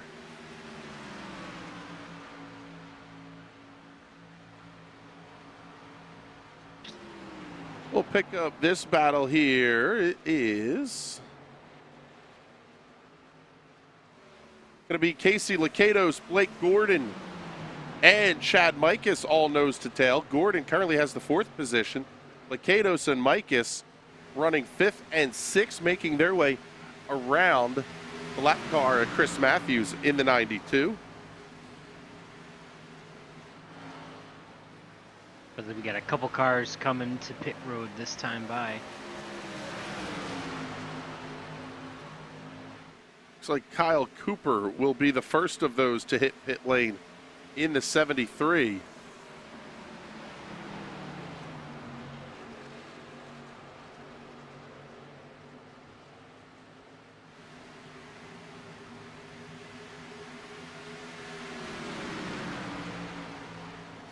Also seeing Casey Shue on the pit lane. He's the first of the cars a little bit further up the running order that we're going to see in. Casey Licado's going to dive down as well onto the pit lane.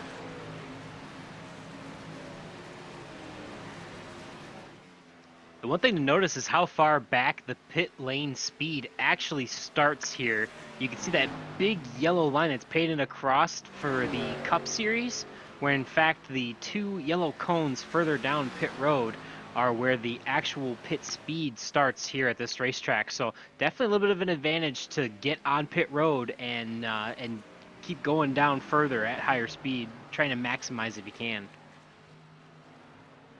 Daco Parka down and away, 15.28 seconds. Casey Licado's down and away, 14.97, the time of the stop for him, 14.78, the time of the stop for Rob Ackley.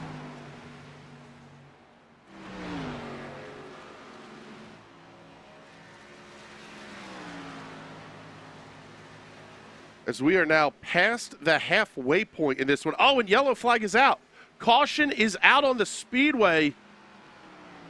Trouble for Gael Brooks. Oh, man, this is huge.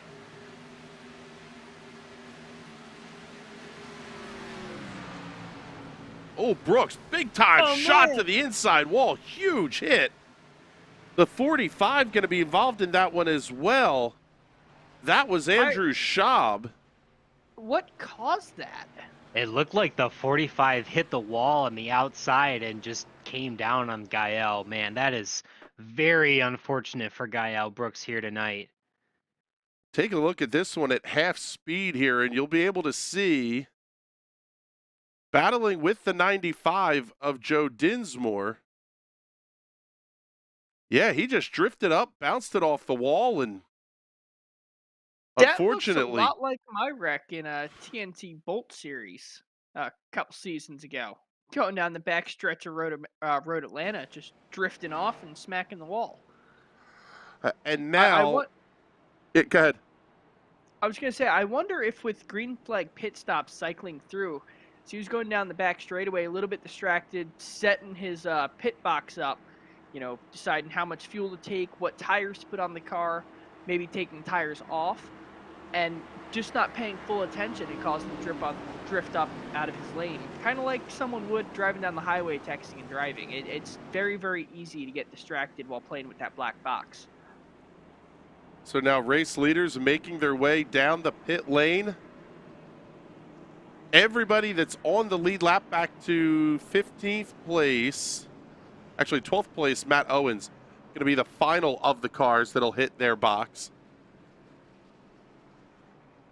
I think this is going to be huge for people like Casey Lakatos, Rob Ackley, Will Roberts, Casey Shue, and Tyler Hensley, first of 5 cars that have already made their pit stops here before that yellow came out. That's going to be huge to cycle them up to the front. Yeah, I think the only question is, were they a lap down when the caution came out?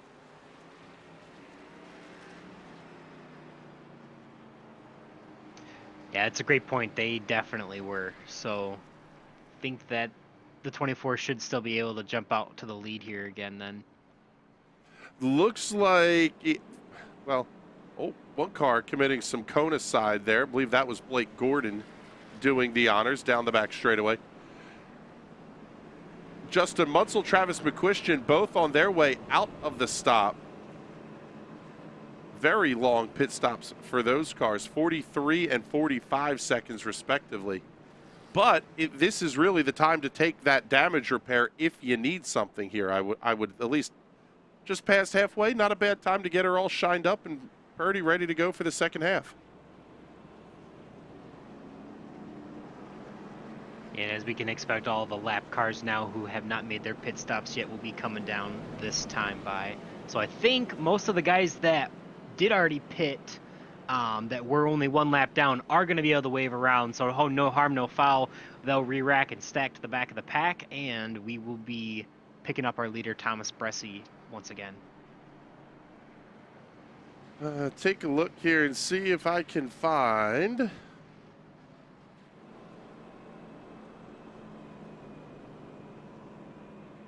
Well, I was trying to find Gael Brooks, but it looks like he may not be available for us to talk to here. We'll see if he pops back in a little bit. But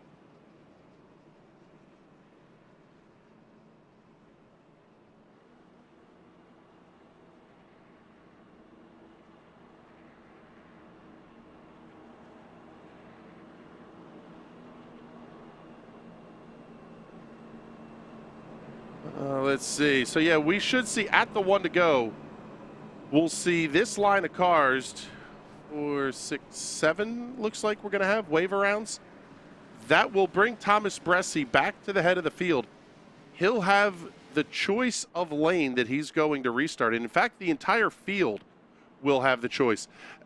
Patrick, any reason to pick something other than the lane you're supposed to restart in here? Here, I don't think so. I would want to start in that inside line, unless I was really confident with how I could get off turn 2, maybe if I knew whoever was starting next to me is really good on the jump. But if I know I can beat him on the jump, I would definitely be starting inside and kind of taking my own line through turn 1 and 2. First car to elect not to go in his lane is the 13 of Blake Gordon. He will restart on the inside of row number 3 instead of the outside of row number 2. And I tell you what, all these cars that have to get doubled up are going to have to do so fairly quickly here. We've only got, maybe 12, 14 cars that are lined up here. But we're going back green flag racing at the end of this lap. So everybody's going to get themselves tucked up in line here, but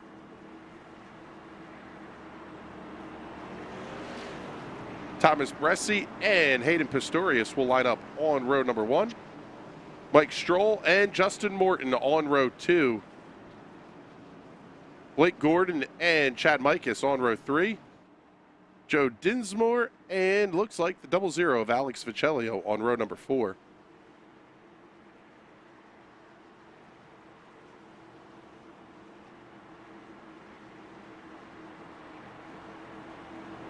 Pace truck is in. Field's getting ready to go green. We'll give you another shot at it.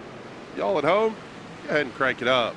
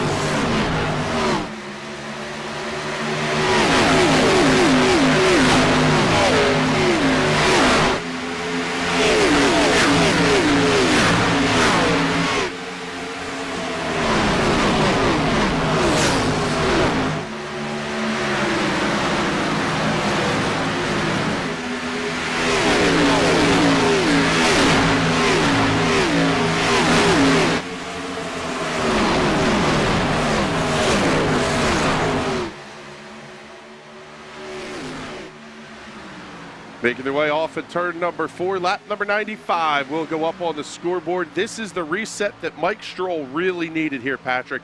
He's going to have a great run and able to keep up here with the race leaders. That little bit of time that he had lost not qualifying well, he's made every bit of it up with that caution flag. Yeah, and this just goes to show qualifying is not all that important. Some tracks it is, some tracks it's not. The mile and a half, typically it's not. Typically it's just to flex and show off that you're the fastest one around here, but it's not necessary. Yeah, it definitely helps to kind of erase that disadvantage by having such a long race here tonight too. So, definitely didn't matter tonight, but made a little bit of a difference in the beginning, and it's all a race. Doesn't matter now. Battle for the lead on the left-hand side of your screen. The battle for 5th, Justin Morton and Blake Gordon on the right-hand side.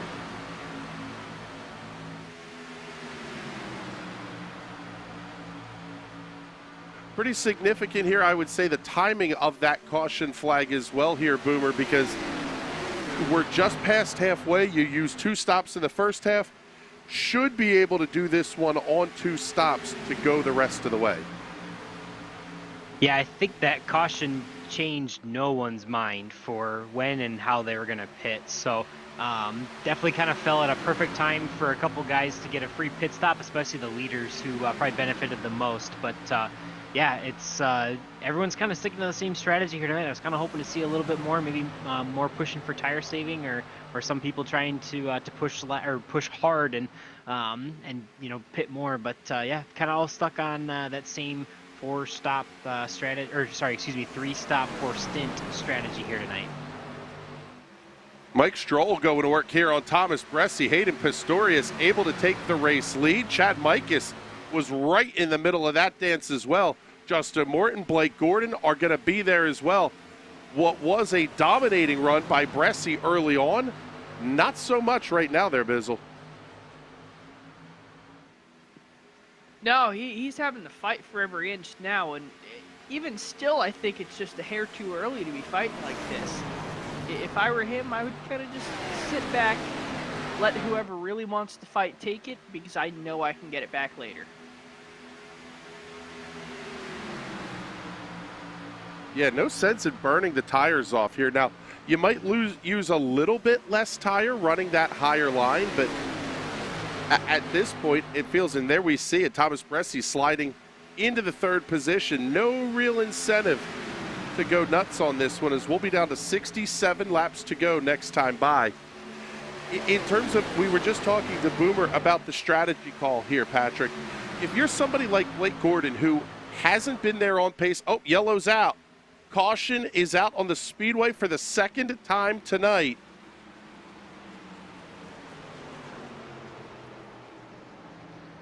Trouble for Justin Munsell on the racetrack.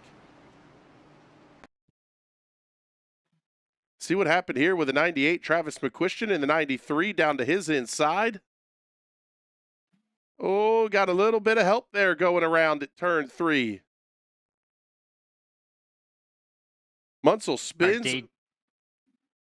Ooh. Go ahead.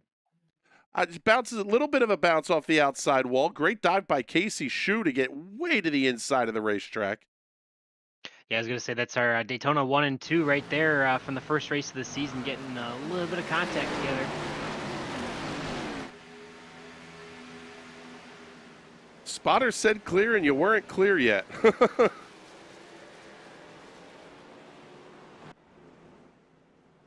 Now, this is interesting. We just saw the race leaders down pit lane, and now we're going to see them again.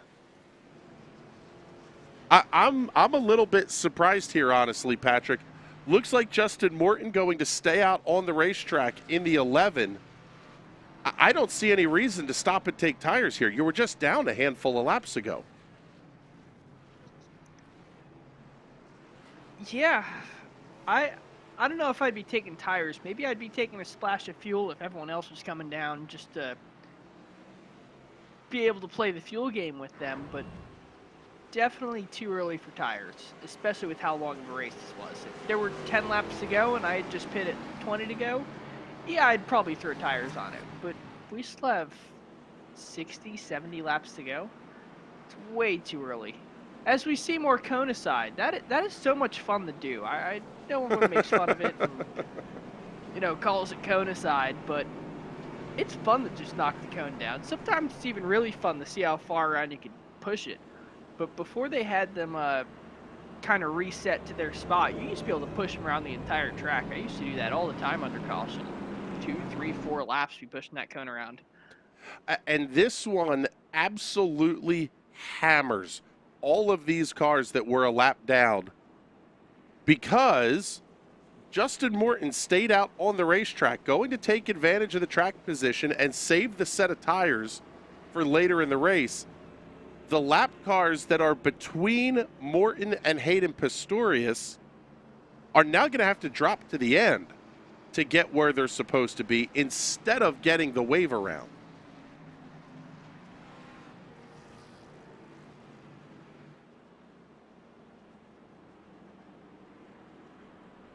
I mean, that's always the risk of running that strategy of, okay, I'm a lap down, I'll just take the wave around. If somebody doesn't pit, that absolutely hoses everything you're trying to do in terms of strategy. Yeah, the fortunate thing is they allow the pits don't open for lap cars until the following lap. So if someone does stay out, you're not screwed that you missed your pit window, because your pit window opens a lap later. So if someone's staying out, well, might as well pit now. So it screws you, but it doesn't hose your strategy call. Now we're going to get ready and should see the 1-to-go signal this next time by the start-finish line.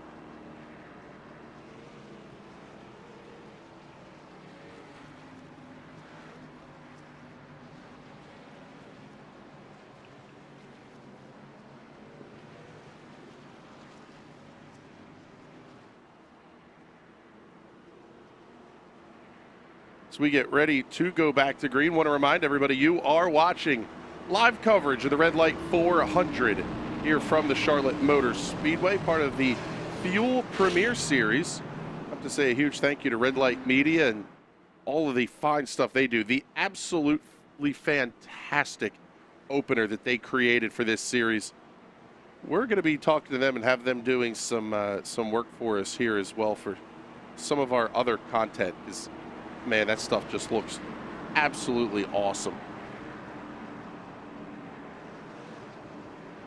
Coming back to Green Flag Racing this next time by, Justin Morton will be your race leader. He's going to start alongside Hayden Pistorius. Mike Stroll on the inside of row 2, Thomas Bressi on the outside. Does this change your thinking at all here, Patrick? With if you're Thomas Bressi, you know you're one of, if not the quickest cars in the field. But it seems like every restart you're sliding back a spot or two. If we continue on the trend of cautions, yeah, I'm a little worried. But if we get a long green flag run to the end, I'm not worried. Morton easily takes the race lead into turn number 1.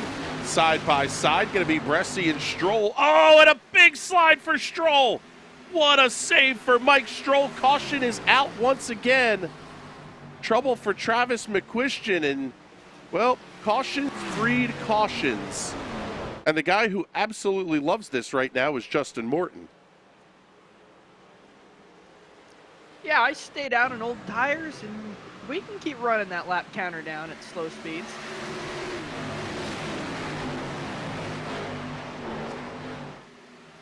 Oh, huge hit for Travis McQuistion. Oh, my goodness. Oh, and then he got drilled Another again. one. Oh, And it looks like the 81 benefited there huge, too, because he started getting loose in the middle of the corner before the 93 went to the moon. let's Are go we on driving board race here. cars, or are we flying airplanes?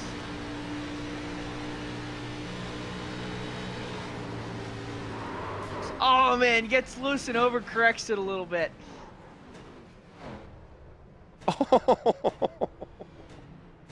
I really hope he is not playing in VR. Wow. The best part of So that, while- though, listen to it again.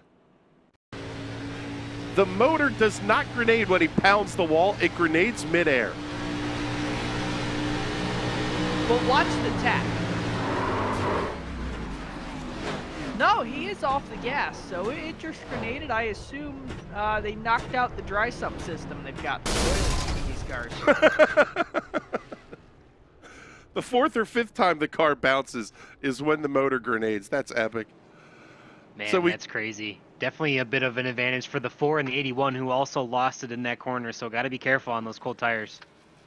Brandon Bernhardt electing to come down onto the pit lane. The 73 of Kyle Cooper will be your lucky dog. The only one that would kind of concern me here, Boomer, is are you getting a heat cycle? And I mean, half a lap isn't enough to really heat cycle the tires, is it? I wouldn't think so, and at least not one time. If you get another quick yellow here, that's when you're definitely going to be concerned. So not this time, but pretty soon we'll be concerned. So I think they're okay for now. I'm going to disagree with that just a touch. If you spin your tires on the restart, you're going to junk the rears. If That you're- for sure. If you're pushing too hard, trying to make up an easy spot, and sliding those fronts understeering to the corner, you're going to cook the fronts, and you're going to junk the fronts. It's a big thing when you're expecting lots of cautions. You really have to take it easy on the restarts if you don't want to heat cycle the tires. It's not hard to preserve them, but on the flip side, it's very easy to ruin them. Yeah, definitely sliding tires aside. That definitely makes it a little bit worse. Let's see if we can get a quick word in here with Travis McQuistion. Travis, first question for you. Are you playing the sim in VR? No, thankfully. Man, tell us what happened there. Was there contact, or did the car just get loose, or what did you feel there from behind the wheel? Well, with the new tires, it was starting to jump a little looser as the night progressed. The track was cooling down, and got a little loose off of 2, and just put a little wheel in it because it's just an easy little slide, and it just grabbed hard, and yeah, just kind of decided to get stuck in the wall and get flung, 400 feet in the air, whatever it was. Yes, twice actually, because then you got drilled, and finally the motor grenading the fourth or fifth time you bounced. But unfortunately, tough break tonight. What are you thinking here as we look forward to the next couple of weeks, hopefully trying to recoup a little bit? Yeah, I mean, we'll be back at it. A little disappointed in that because we were fast. I grenaded my race about lap 53 when I bounced off the wall on new tires. I just really struggled on new tires. So the old ones I was able to do pretty well on. But hopefully, yeah, next week we get back at it and can at least put her in the top 10 again.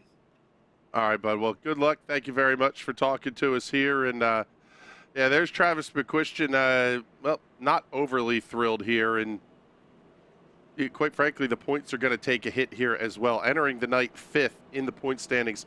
85 back of the points leader, Thomas Bressi, but he was only 10 back of Justin Morton for 4th.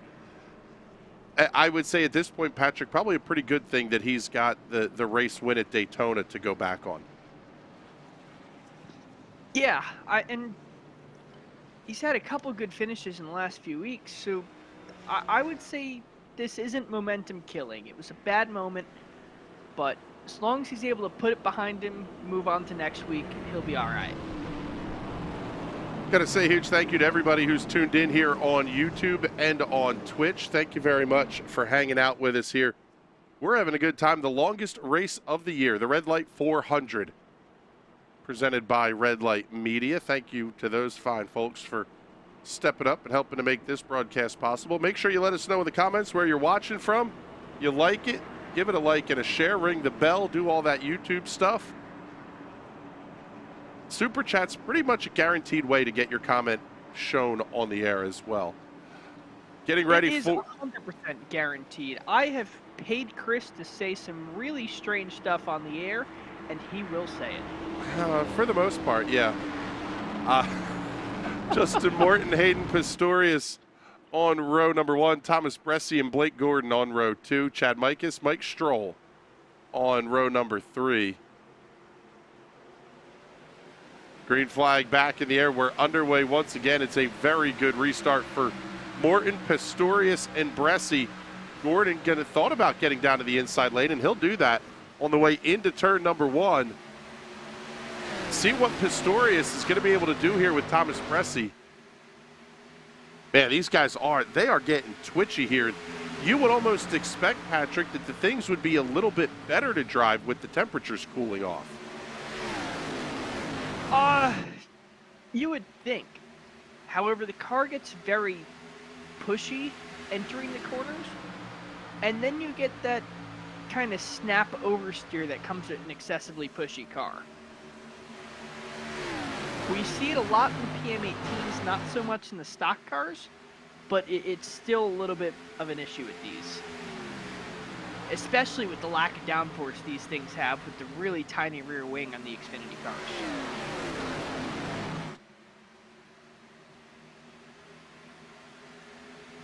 So Hayden Pistorius breaking away just a little bit. Thomas Bressi, Blake Gordon, Justin Morton, Chad Mikas going to continue their fight. That's 2nd, 3rd, 4th, and 5th. Mike Stroll going to be there as well for the 6th position. Slide back in the field a little bit as well here. Show you the battle a little bit deeper in the pack. That's the 2 of Will Roberts. John Dinsmore going to be there, as is Matt Owens and Casey Lakatos. Right at the back of this lead line as we network lap number 113.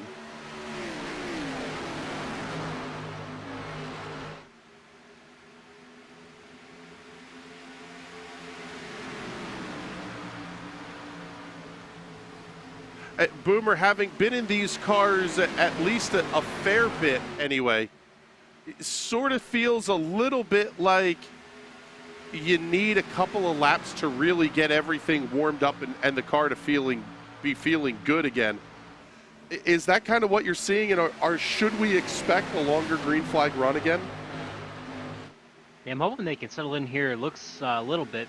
Once you get a little, a couple laps in, it definitely helps get some heat in the tires again and helps you get them underneath you. I mean, obviously, there's a big difference between a stock car and a sports car, whereas a sports car takes multiple laps to get the tires in. But during the day in a stock car, lap number 1 is theoretically the most grip you'll have all night. But definitely takes a little bit to get a little bit of heat in the tires in these guys. But it seems like they've kind of settled in, and I think the risk of sliding it a ton is kind of gone. and hopefully we can settle in for the rest of the race here.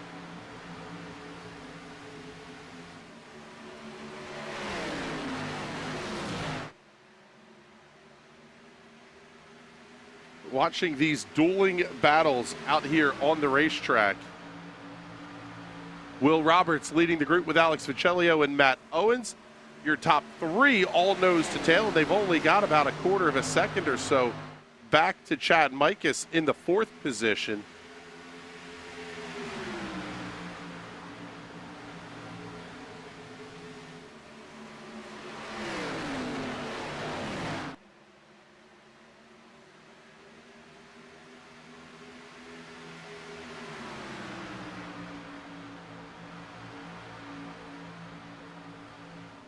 Hayden Pistorius has been quick throughout the night.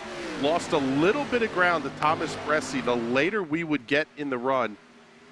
Is that something, Patrick, that ever really enters your mind that you're going, I've really got to make sure that I'm being careful with how I run this thing? Yeah, there's still a lot of racing left to go. And you don't want to junk your stuff right now. You don't want to junk your stuff at any time, but at least do it on the last lap. And you also need to preserve those tires so you don't junk your stuff and so you can keep yourself up front there in contention. I keep saying that. Keep yourself in contention because it's the most important thing with a long race like this. Well, now we're inside. We're at 50 laps to go right now. Most of these drivers stopping at lap number 101. Justin Morton, the lone exception to that one. He is currently on the inside of this battle with Will Roberts. He stopped at lap number 89. So we'll see him on pit lane a little bit sooner than everybody else.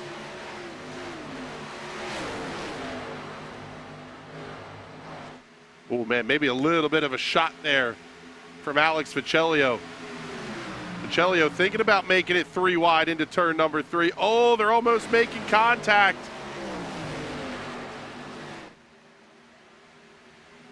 Nice move by Matt Owens to get clear of Justin Morton. And it opened the inside of the racetrack for Alex Viccellio. Now the 22 of Rob Ackley is going to be stuck behind Morton. He may find a gap here to get down to the inside off at turn number 2. That's exactly what he's going to do. Takes a little bit of the front end off the 95 of Joe Dinsmore. Now Matt Owens going to work on Will Roberts.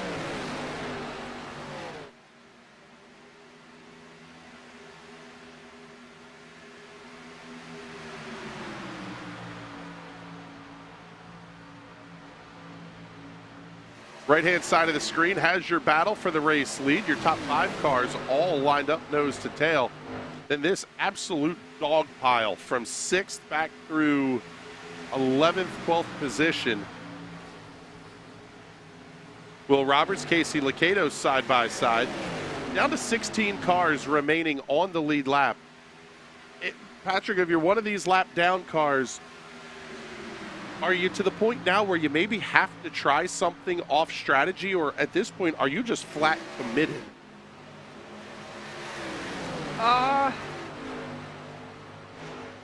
would say my strategy is get yourself to be that first car a lap down and hope there's a caution. We see some smoke coming off some of these cars. They're racing real hard, so if I was one of those lap cars seeing that, I would definitely racing like it's the last lap, trying to get myself to be that first car lap down.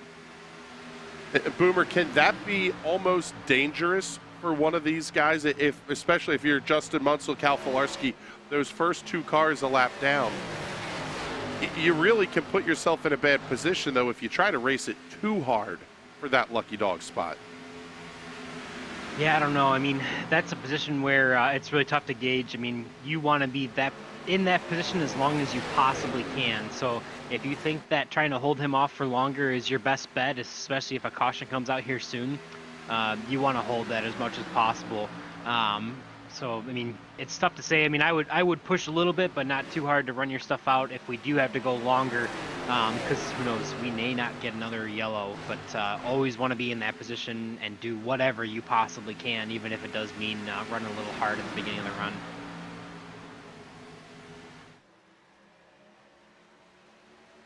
So So 125 of 167 going to go up on the scoreboard this time. Hayden Pistorius leading Thomas Bressi, Blake Gordon, Chad Mikas, and Mike Stroll, your top 5. Looking at your top 7 cars, your position change +3, -1, +10, +7, +12, +12, +12. That's impressive to make up that much ground over the course of it. I mean, I know it's a long race. You're still talking about that's a lot of ground to make up.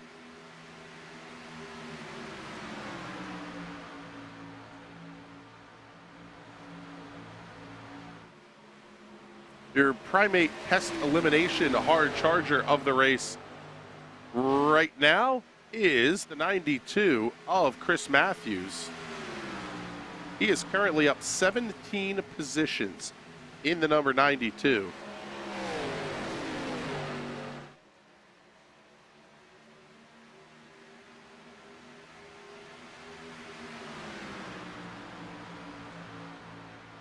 Up 17 positions and even on like 30 lap old tires. That's insane. Having a good run tonight for Chris Matthews. Yep, the unfortunate thing there, though, is he's going to have to stop sooner than later.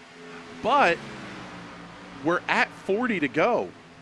You're kind of right at that window where if you stop in the next couple of laps, you're good to go to the end. I mean, you don't have it for a green-white checkered, but you're at least going to have a shot potentially here late in this race. Yeah, the pit window and the pay window are opening pretty quickly here. Seeing Daco Parka making his way down the pit lane. He also had not stopped yet. He was only showing 2 pit stops to this point. So probably right about in that window where we're going to start to see some of these cars have to make pit stops. Alex Michelio, Matt Owens dueling side by side down the front straightaway here at Charlotte. This is the battle for the 6th position. Good run for the 95 of Joe Dinsmore. He's currently running in the 8th position.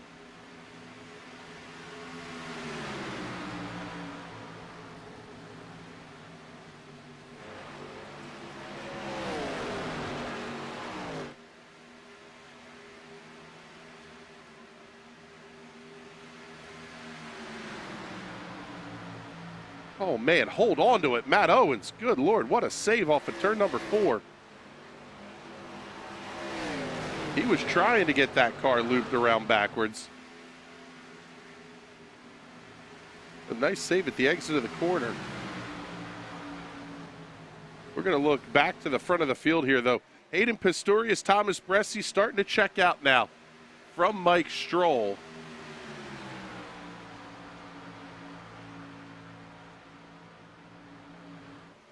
But they are absolutely nose to tail through turns 1 and 2.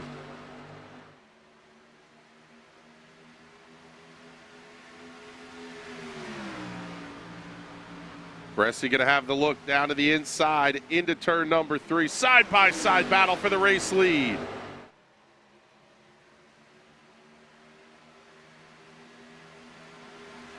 Pistorius able to come out on top, and that really is what Mike Stroll, Chad Mikas, and Blake Gordon want to see. They want these leaders going toe-to-toe with each other.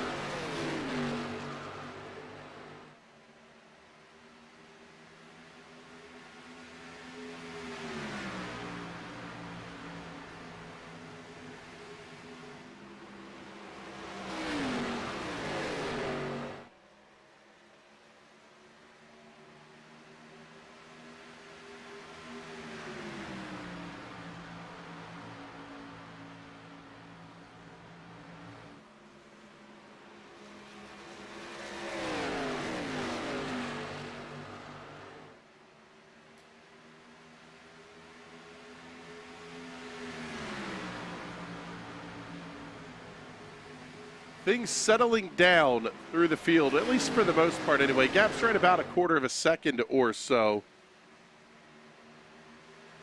Tightest fight is right here at the front of the field. Hayden Pistorius opening up the gap just a little bit. Call it a 10th.5 over Thomas Bressi, this time into turn number 1. Bressi makes up a ton of time. Man, he is able to just hold that blue line at the bottom of the racetrack. You talked about it earlier in the race, Patrick, when we watched the onboard with Thomas Bressi. The guy is just smooth. I don't think I've seen the back end of that car kick out once. No tank slappers, no nothing.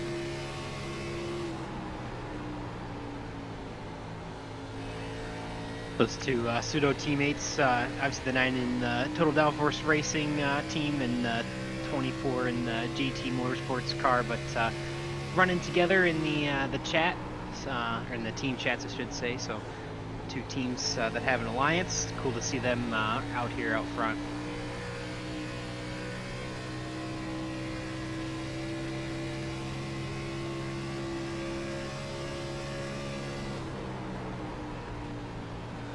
Hearing some word from the driver's chat. Looks like we're gonna start making our final pit stops of the night here.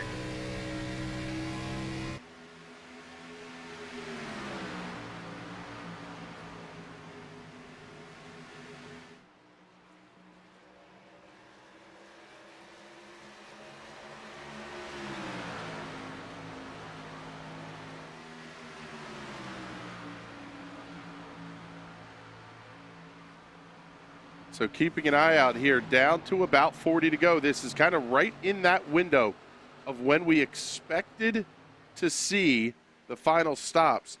Question from QZ in the comments here asking, Xfinity? Yes, these are the B-Class cars on the iRacing platform.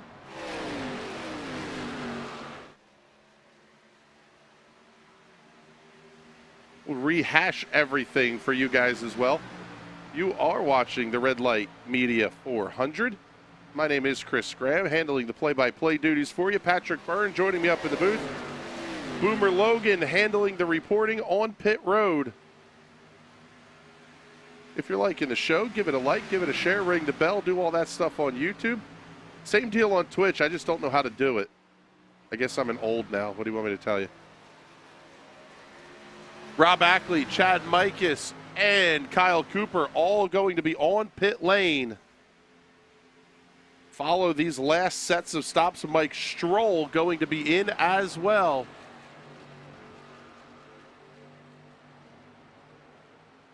Boomer, you talk about the overcut being the preferred strategy here. With the way that we've seen the caution flag flying, I would say that's probably no change in the thought process there either. Yeah, definitely. I mean, we saw how fast the 24 was able to run the 9 down in the second stint of the race with only 2 lap fresher tires, so I would definitely look to see the overcut. Although it looks like all 3 of our top runners are top 3 are going to pull down at the same time. Yep, we will have Thomas Bressi, Hayden Pistorius, Blake Gordon, and Matt Owens all on the pit lane this time. Next up, we're going to be looking for Alex Viccellio, who has assumed the lead of the race.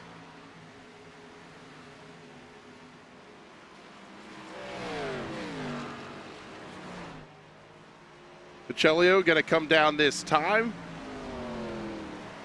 Joe Dinsmore now going to take the lead.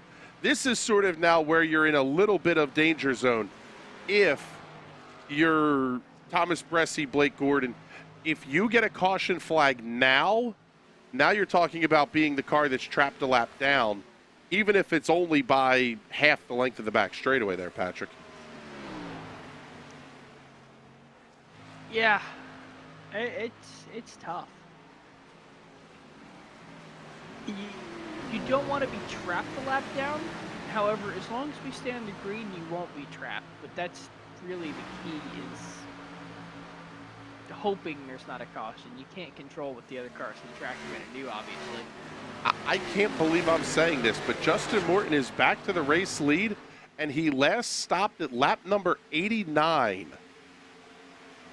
Casey Lacados, Will Roberts, Brandon Bernhardt also still have not stopped yet, but all their last stops came after lap 100, and here they come down pit lane this time. That's going to put Will Roberts to the head of the field. Those tires in Justin Morton's car, those things were ripe and ready to come off. Almost 60 laps on those things. There couldn't have been any rubber left. He was running on cords, basically. Down to 25 laps to go. Will Roberts is your race leader. And we've got a change at the front of the field here as these guys are going to start to come down pit lane. Chad Mikas now leading the race after the exchange of pit stops. Thomas Bressi going to come out second. Mike Stroll, Blake Gordon, Hayden Pistorius. What a stop for Blake Gordon. Total amount of time on pit lane, 41.8 seconds. Everybody else in the 42s or 43s.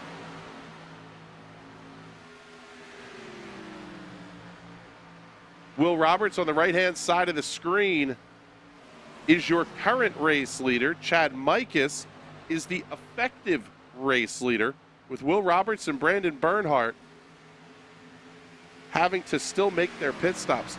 At this point, if you're Roberts and Bernhardt, even getting a caution flag isn't going to help you all that much, because you're still, even after your pit stops, you're still going to be coming out in 15th or 16th position.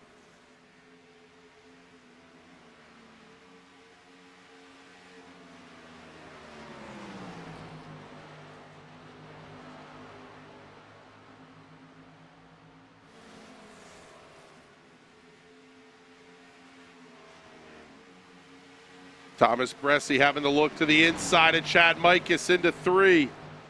Going full send on the inside of the racetrack. They'll keep battling side by side off the corner.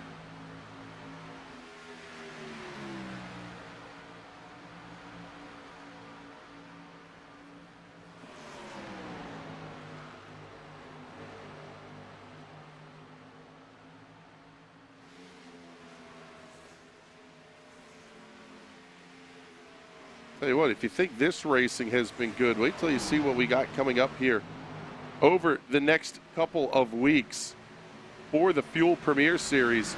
Next week, we're going to head off to Watkins Glen International, follow it up with a doubleheader at Darlington that it is effectively is worth 3 races. The second race of the doubleheader will be a double points race, which is going to be absolutely insane. Richmond follows on May 16th, round out the month of May at the Talladega Super Speedway, taking off the Memorial Day weekend, coming back June 6th to the Rockingham Speedway. 6 races coming up over the next 6 weeks or so. Down to 20 to go. Thomas Bressi able to complete the pass on Chad Mikas. So Bressi grabbing the effective lead of the race, but Will Roberts and Brandon Bernhardt have not stopped yet. There's not any way these two guys can make it, is there, Boomer? You know, I'm not sure. They last pitted on lap 101. I don't think there's any way that they're going to make it all the way. They've got to, especially Will's probably got to pit here within the next 5 laps. I think they're just hoping for a caution here at this point, but I don't blame them for trying it at least, trying to do something different, at least change their luck of your race. But they're definitely going to be pitting soon. Oh, wow. Cal Filarski with a huge save, almost making contact with race leader Will Roberts.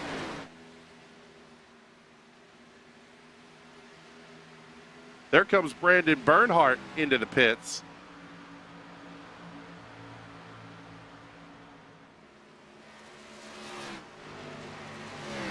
So now the question becomes, when does Will Roberts make that final stop?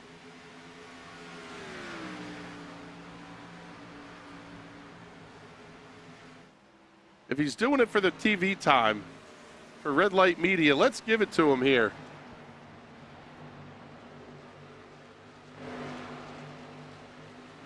Red Light Media, the presenting sponsor of tonight's race. That Toyota Supra looking absolutely fantastic out there at the front of the field. But, I mean, you can see it. The car of Matt Owens coming around on the outside. They are losing a ton of time. Last lap for Will Roberts, 33 flat. Last lap time for Thomas Bressi, 31.5. He's losing a ton of time, and quite frankly, he's going to get passed in the next handful of laps. But if the alternative is finishing 18th to 20th, why not take a shot at it?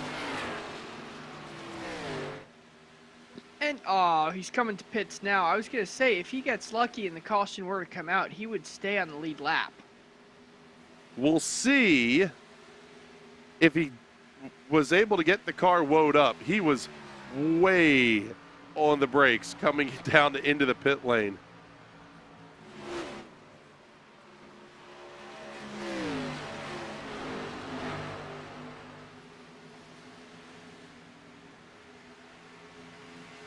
There is the pit stop for Will Roberts, and he is going to go at least one lap down here. See where the clock stops. 14.68 seconds. The time of the stop. Tell you what, though, Roberts, he's going to go a lap down, but not by much, and he'll be the first car one lap down on significantly fresher tires. If there's a yellow flag and everybody else comes down pit lane, even a handful of cars, Will Roberts could be kind of sitting in the catbird seat here as the lucky dog.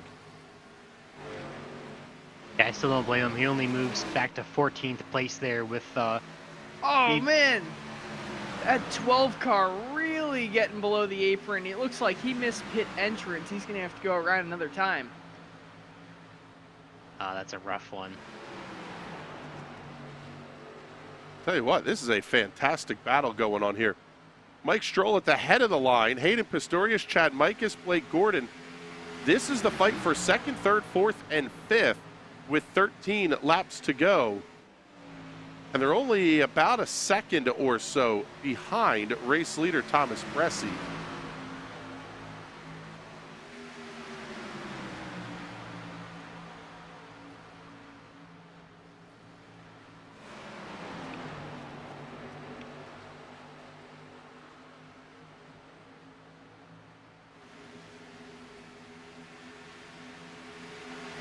And here's where you really could see Will Roberts make up some ground as well. He is on way fresher tires than all of these guys ahead of him. I don't think he's going to get himself back on the lead lap because catching Thomas Bressi is going to be tough here. But you're still talking about a really good finish tonight for Will Roberts. Yeah, Will Roberts and Brandon Bernhardt are currently a half a second faster than just about anyone else in the field. So they're going to make some moves, but I don't think it's going to be enough for them to be anything other than the first and second car one lap down. Unless you get the caution, and then all of a sudden it's game on here. Oh, man, we almost saw it there between Mike Stroll and Blake Gordon. Gordon looks inside. Huge head of steam into one. He almost got up to the back end of Hayden Pistorius. Will Roberts coming around race leader Thomas Bressi. That's got to give these guys a little bit of pause here as well. Lap traffic getting out of the way for the race leader, but the gap still right about 1 second. In fact, now inside of 1 second with 9 to go.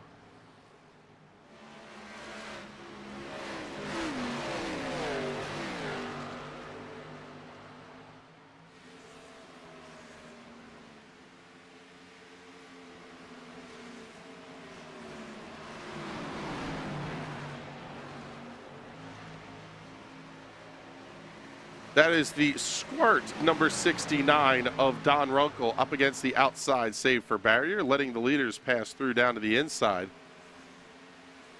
Stroll losing a little bit of ground here to Pistorius and Gordon.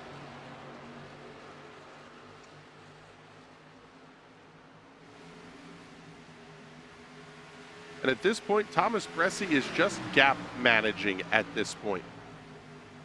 The lead was about 1.1 seconds.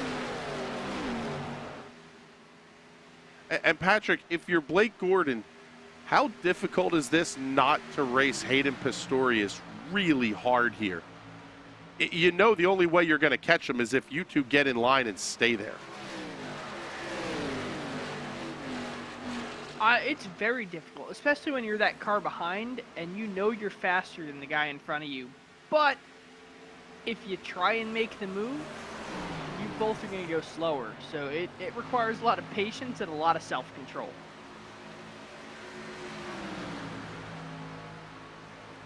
And I'll tell you what, Thomas Bressi managing the gap very, very well right now.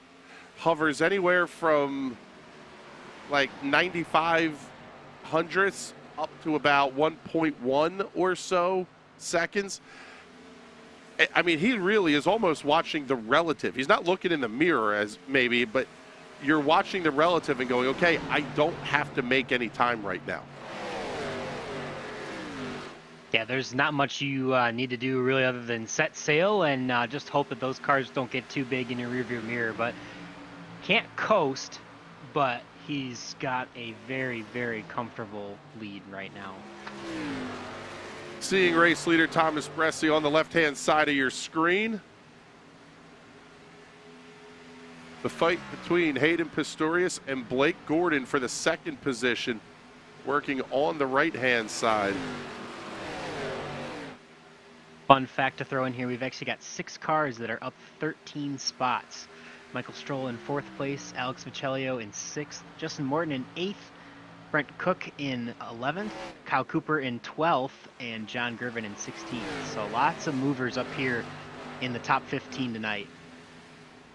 Yeah, hard charger of the race currently belongs to Chris Matthews. He's up 18 spots, running in the 14th position. So nice run there for Chris.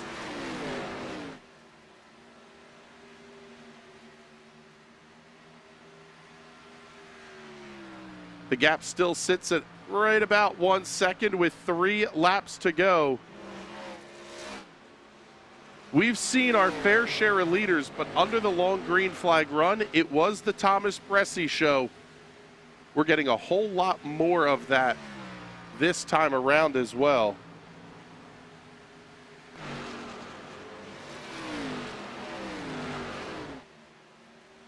Absolutely painting that white and blue line on the bottom there.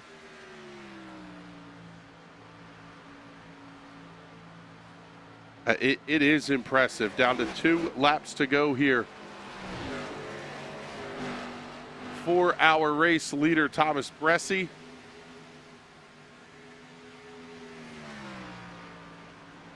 Cool as a cucumber through turns 3 and 4, and he will see the white silk this next time by the flag stand.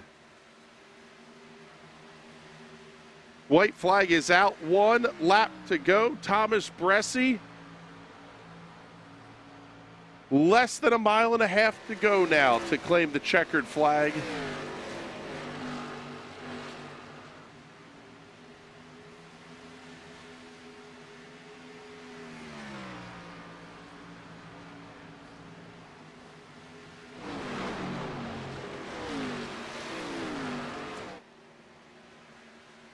Through turns 3 and 4, clean, checkered flag is in the air. Thomas Bressi wins the Red Light Media 400 at Charlotte. Hayden Pistorius going to come home second. Blake Gordon will round out your podium. Mike Stroll and Chad Mikas will complete the top 5 here this evening.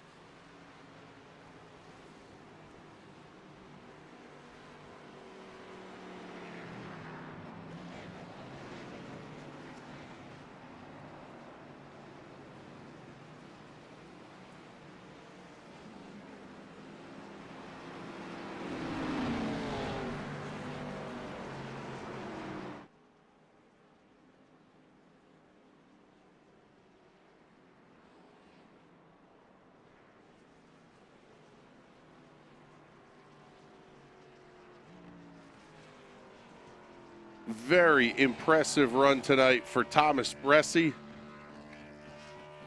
And he will take the victory here this evening as we get a look at your race results. Bressi by 0.8 of a second over Pastorius and 1 full second to Blake Gordon, who completes your podium. Mike Stroll, Chad Micus, your top 5, 6 through 10. Alex Ficellio, Rob Ackley, Justin Morton, Casey Lacatus, and Joe Dinsmore. 11 to 15. Brent Cook, Kyle Cooper, Will Roberts, Chris Matthews, and Brandon Bernhardt. 16 through 20 will have John Gervin, Justin Munsell, Matt Owens, Daco Parka, and Brian Keita. Cal Filarski, 21st. Don Runkle, 22nd. Casey Shue, 23rd. Johnny Edward, 24th. And Brian McFerrin in the 25th position. 26 through 30 tonight, Rich Engel, Andrew Schaub, Travis McQuistion, Tyler Hensley, and Gael Brooks. Finian DeCuna, Brian Young, Brandon Wengard, and Tyler Dulger will round out tonight's field. Fantastic racing all the way around here. Saw a lot of great battles on the side-by-side. QZ, thank you very much for the nice words there in the comments. We appreciate that. And make sure you get those in here on YouTube and on Twitch. And we'll get ready for our Victory Lane interviews here. And let's see. Trying to find where our race winners are and all here.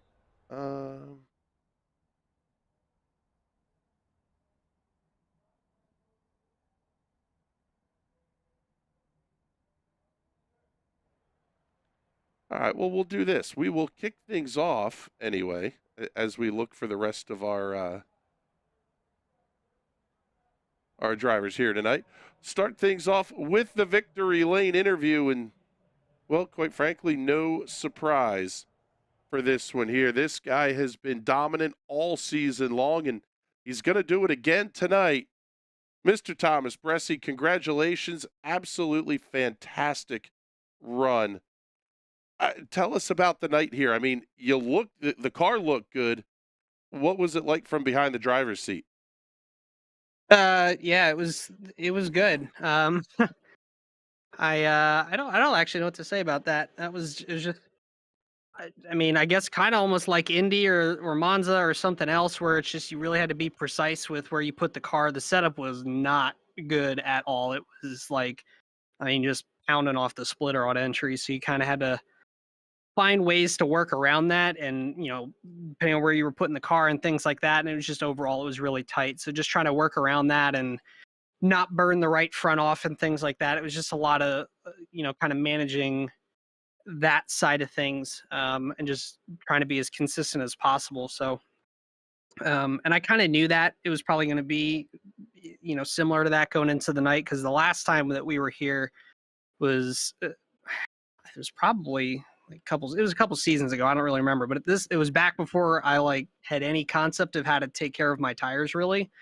And I was kind of at that point in time, I was just starting to figure that out. And I knew going into that race, it was probably going to be a big tire conservation race. And it was like kind of the ultimate test. And I, had to go head to head against the guy that was the best in the business at doing that at the time. So, and ended up winning that race. So I kind of knew probably similar mindset going into this one. So just try to be consistent and, try to take care of my stuff. It was hard to do at the end there though, because those tires were real quick and you couldn't really afford to do a lot of tire saving or anything when you had, that many good cars breathing down your neck there. So it definitely made it a lot more interesting.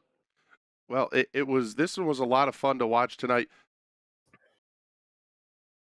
Excuse me. Picking up your 4th win in 7 starts this season. What else can we say about the season? Every race you finished inside the top 5. What are you going to do for the next trick here? I'm assuming you're really looking forward to Watkins Glen next week. Yeah, for sure. I'm waiting for the reality check, though. There's going to be some crashing back down to earth moment, I'm sure, because there's no way I'm going to get lucky for this many times. But yeah, I'm looking forward to going to Watkins Glen for sure. It's always been a place I look forward to going to, and it'll be our first time racing there on the new scan, so that'll be fun.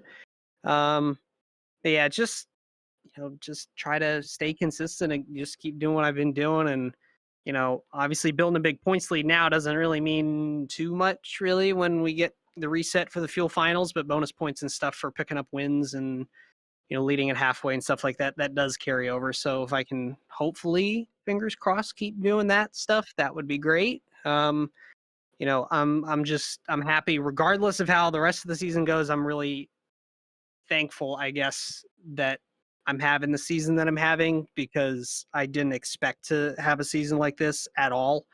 I think my goal, I felt like when the year started, I maybe was on for a good year. And I was like, all right, if I can win 2 races, that'll be good.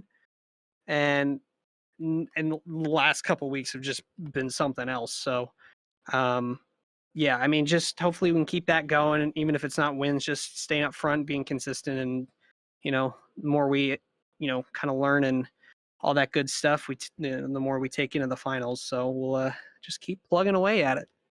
All right, buddy. Well, congratulations on picking up the win here in the Red Light Media 400. Congratulations on that one. And let's make sure you get all those sponsor plugs and thank yous in before we let you out of here.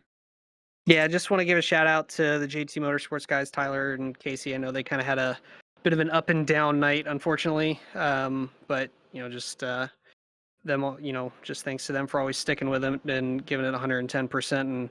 And just shout out to the guys that, Chad and Stroll and Hayden up there at the front. I mean, and Blake, that was a really fun battle there at the end. And I know Hayden and I got a little personal there at a couple of points. We got a little physical there, but it was all good and just good hard racing the way it's meant to be. So just thanks to those guys and the admin team as always for putting everything on, and you guys for doing the broadcasts and bringing the excitement to everybody who's watching.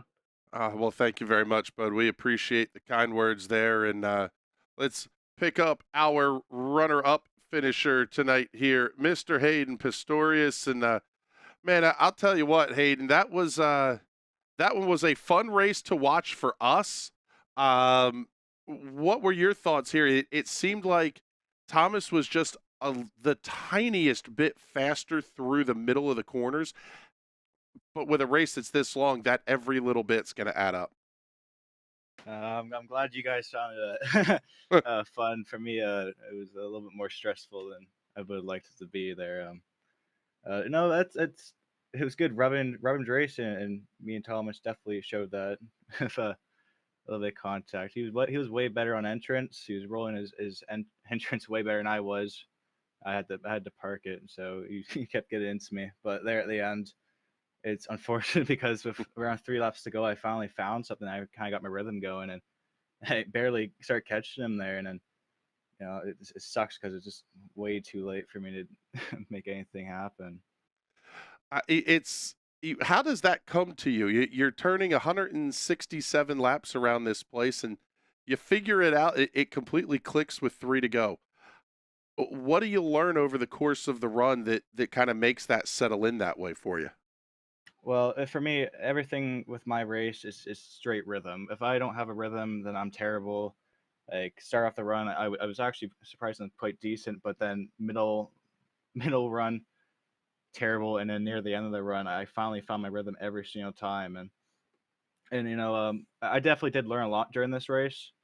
Uh, I learned to roll my centers a lot better and save my tires. And these are the types of tracks I persevere in and push through because I'm really good at a mile and a half. Because I gotta thank my teammate for that, Liam Sheen, because he's helped me a lot learn how to save my tires. And I know I'm saying a lot right now because I'm kind of a rookie at interviews because I'm normally last.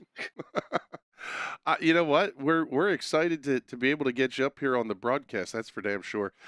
It was a hell of a run tonight. Congratulations on picking up a very nice podium position here, and this one's going to help in the points in a lot of respects too as well. So congratulations on that, and let's make sure you get all those sponsor plugs and thank yous in before we let you out of here. I want to thank my main spotters, Hooters. You can't forget about that. TDR, of course. I also like to wish my girlfriend a happy early birthday. It's her birthday on Thursday, and she's turning 19. So I love you, sweetheart. I know you want me to win this one bad, but I'll work on it and get you one in the future. There you go. Well done. Shout out the ladies while you're out here, buddy. Congratulations on the podium finish, and let's bring up now our 3rd place finisher tonight here, Mr. Blake Gordon. And man, there we go. Now we can get the things to start clicking right. Hey, get him up in the booth with us as well. All right, Blake. It was a heck of a run you guys put on here tonight. You had some great battles, whether it was with Mike and Chad, those guys trying to get past you, fighting with Hayden for a second there. This one looked like it was a whole lot of fun. Yeah, it was a lot of fun tonight, actually. Kind of surprised myself with how well I ran. Usually, these intermediates where it's a little tight and tire saving's important, I usually don't run that well here. But yeah, getting up in the front, battling it out with those guys, it was a lot of fun. I'm just thinking about that run where it was Hayden, Bressie, and myself, like nose to tail, like up at the front three. Like that was a lot of fun, just running that close together with those guys. So yeah, I had fun tonight. It was awesome. How do you make the fun last for 167 laps? At some point in the race, don't you mentally kind of like, I don't want to say you start dozing off, but it's easy to get complacent in the long run like this. How do you keep that from happening? Yeah, that's a great question. You're right. I mean, with that many green flag laps, especially like the first half of the race, it's so easy to lose focus and smack the wall or something. I actually did hit the wall, one of the first two stints. But I don't know, just staying in it, just keeping track of okay, the first run I saved my tires pretty well, then I started picking them off, so that was kind of exciting, kept me in it because I'm like, wow, now I'm passing people. This is great. And then the second run, yeah, just kept working my way back up through the field, ended up in fourth, and I was like, okay, something's going right here. So that really helped. It's harder when you're sliding back through the field to maintain focus for sure, but when you're going forward, it's easier. Well, congratulations on picking up a solid podium finish here tonight. It's going to be another good points night for you. Probably going to move you fairly close to the top 5 as well. So congratulations on that one, and let's make sure you get all those sponsor plugs and thank yous in. Yeah, I needed a good points night. Bristol Dirt couldn't have gone worse. I think I went from second to eighth in points, but yeah, this will help. Thanks again to the admins for putting on the show and everything. They really have a good handle on the league. It's great. And of course, thanks again to you guys for putting on the broadcast every week. It's been awesome. And I think that about sums it up. All right, buddy. Well, thank you very much. We're going to roll on with our, we'll say, post-race coverage here, our interviews, whatever you want to call them. We'll pick up our hard charger of the race, Mr. Chris Matthews. This guy, I am really interested to hear what he has to say here. Chris, hopefully you're able to hear us here, but man, I'll tell you what, you gained 18 positions tonight to be the Primate Pest Elimination Hard Charger of the race. Congratulations. How in the hell did you gain 18 spots on a race that it seemed like everybody was a little bit slidey all over the place? It was definitely hard, I'll tell you that. But I just had to save tires, and I know starting from the back, there's not many spots to take up. So I just picked people off one at a time. Got lucky with a couple of cautions, stayed out, gambled, and then we had one quick yellow, I think, and I think that set me up for a good little position change over there. And then I think I just tried to run it out to the end, and I got lucky. I got lucky at the end, to be honest with you. Well, it definitely put on a pretty big show here. I'm really impressed, man, because we saw a lot of cars. There were a lot of hard chargers through over the course of the night. A lot of guys up 13 spots. In fact, like 6 or 7 of them up 13 spots, but not a ton of big droppers. So tells me that there was a lot of the car felt pretty good in terms of setup and especially with this being a fixed set league, you really kind of have to push through any parts of it that you just don't like. Yeah, I think the main part was you have to pick and choose your battles when it comes to a track like Charlotte here, where if you're in a blanket of 4 or 5 cars, you either have to keep racing everybody, but everyone's going to burn your stuff off, or just let everyone by and then slowly pick them off because the speed difference once you decide to take the pits, if you try to early pit, you're just going to be burning by people again. But if you try to stay out, it's also another good strategy, and uh, some people it paid off and other people it didn't. And I think I just got lucky with the situation where I was when the yellow came out. All right, buddy. Well, congratulations once again on picking up the Primate Pest Elimination Hard Charger Award of the race tonight. Let's make sure we let you get all those sponsor plugs and thank yous in here before we let you go. I'd like to thank my teammates, PMS. I'd like to thank the Air Force for giving me the time to race here sometimes. I'd like to thank Everyone at Fuel, I've been here a couple of years. Really enjoy all the people here. It's always seems to be great seasons here. I'm not the most highest finishing racer, but I do enjoy my time here, and I like to thank Will for all the work that he puts in and all the admins and all the work that those guys put in. All right, buddy. Well, thank you very much. We appreciate you checking in with us here, and let's get our final interview of the night here taken care of, and it is going to be Mr. Alex Viccellio. There, we got to look at that double O. The body armor is fantastic stuff. I can attest to that after this past weekend. No further details on that one for you people, but the recovery of the body armor is fantastic. You had a hell of a race here tonight, bud. You gained 13 spots. Not a bad rookie run here for the Red Light Media 400. Oh, not at all. I was super scared coming into this, especially after my, let's just say, piss poor qualifying run. That's the best way to put it. So, charging him through the field was not fun. I did not enjoy it, and I'm glad I finished where I did. It's funny. You're the first guy to say that you didn't enjoy the charge through the field. What about it was so difficult? Was it just the matter of how hard you had to run the entire race, or what's kind of the story there? It was the fact that I had to run super hard to get by. It seemed like everybody was trying to get everything they can. It's Charlotte. It's a fast track. It's not easy to pass here in general, so everybody was trying to keep the positions they could. So you had to race harder, and I burned up a lot more of my tire throughout the run, and it went from loose to stupid tight really quick, and it was just not fun to manage that. I do like the track, and I somewhat enjoyed it all the way through the field. I just would have rather just started up front. Well, I tell you what, man, it was fun to watch you guys run out here tonight, and congratulations on picking up the Nerdy as Hell podcast Rookie of the Race Award. So congratulations again on that one, and make sure we get all those sponsor plugs and thank yous in before we let you out of here. Alrighty. I'd like to thank my team, Firelight Esports. We do a lot of really cool stuff over there, and I enjoyed over there. I'd like to thank my spotter, Brady Wagner, for helping me through all of that mayhem, especially with the couple of the moves I had to make. And, of course, the admins and the broadcast team to help put this all along. All right, buddy. Well, thank you very much. We appreciate the very kind words there. And with that, we are going to get ready to wrap things up and get on out of here. I'll tell you what here, guys. Boomer, we'll come to you first. This was an interesting show. We saw a little bit of everything. The racing was good, side-by-side action through the field, and a monster green flag run to start this race.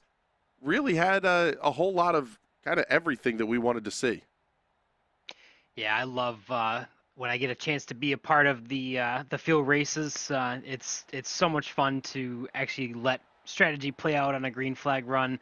I think that's one thing that this league is very well known for. A lot of high class talent and a lot of green flag runs, which is not something you get to see everywhere. So it was awesome. I really enjoy seeing strategy play out. Obviously, would have liked to see a few more people like Will at the end, throwing in something different just to make me from the pit reporter side excited about something different happening. So a little boring on the pit strategy side, but I still love watching long green flag runs and trying to see people manage that. So it was great.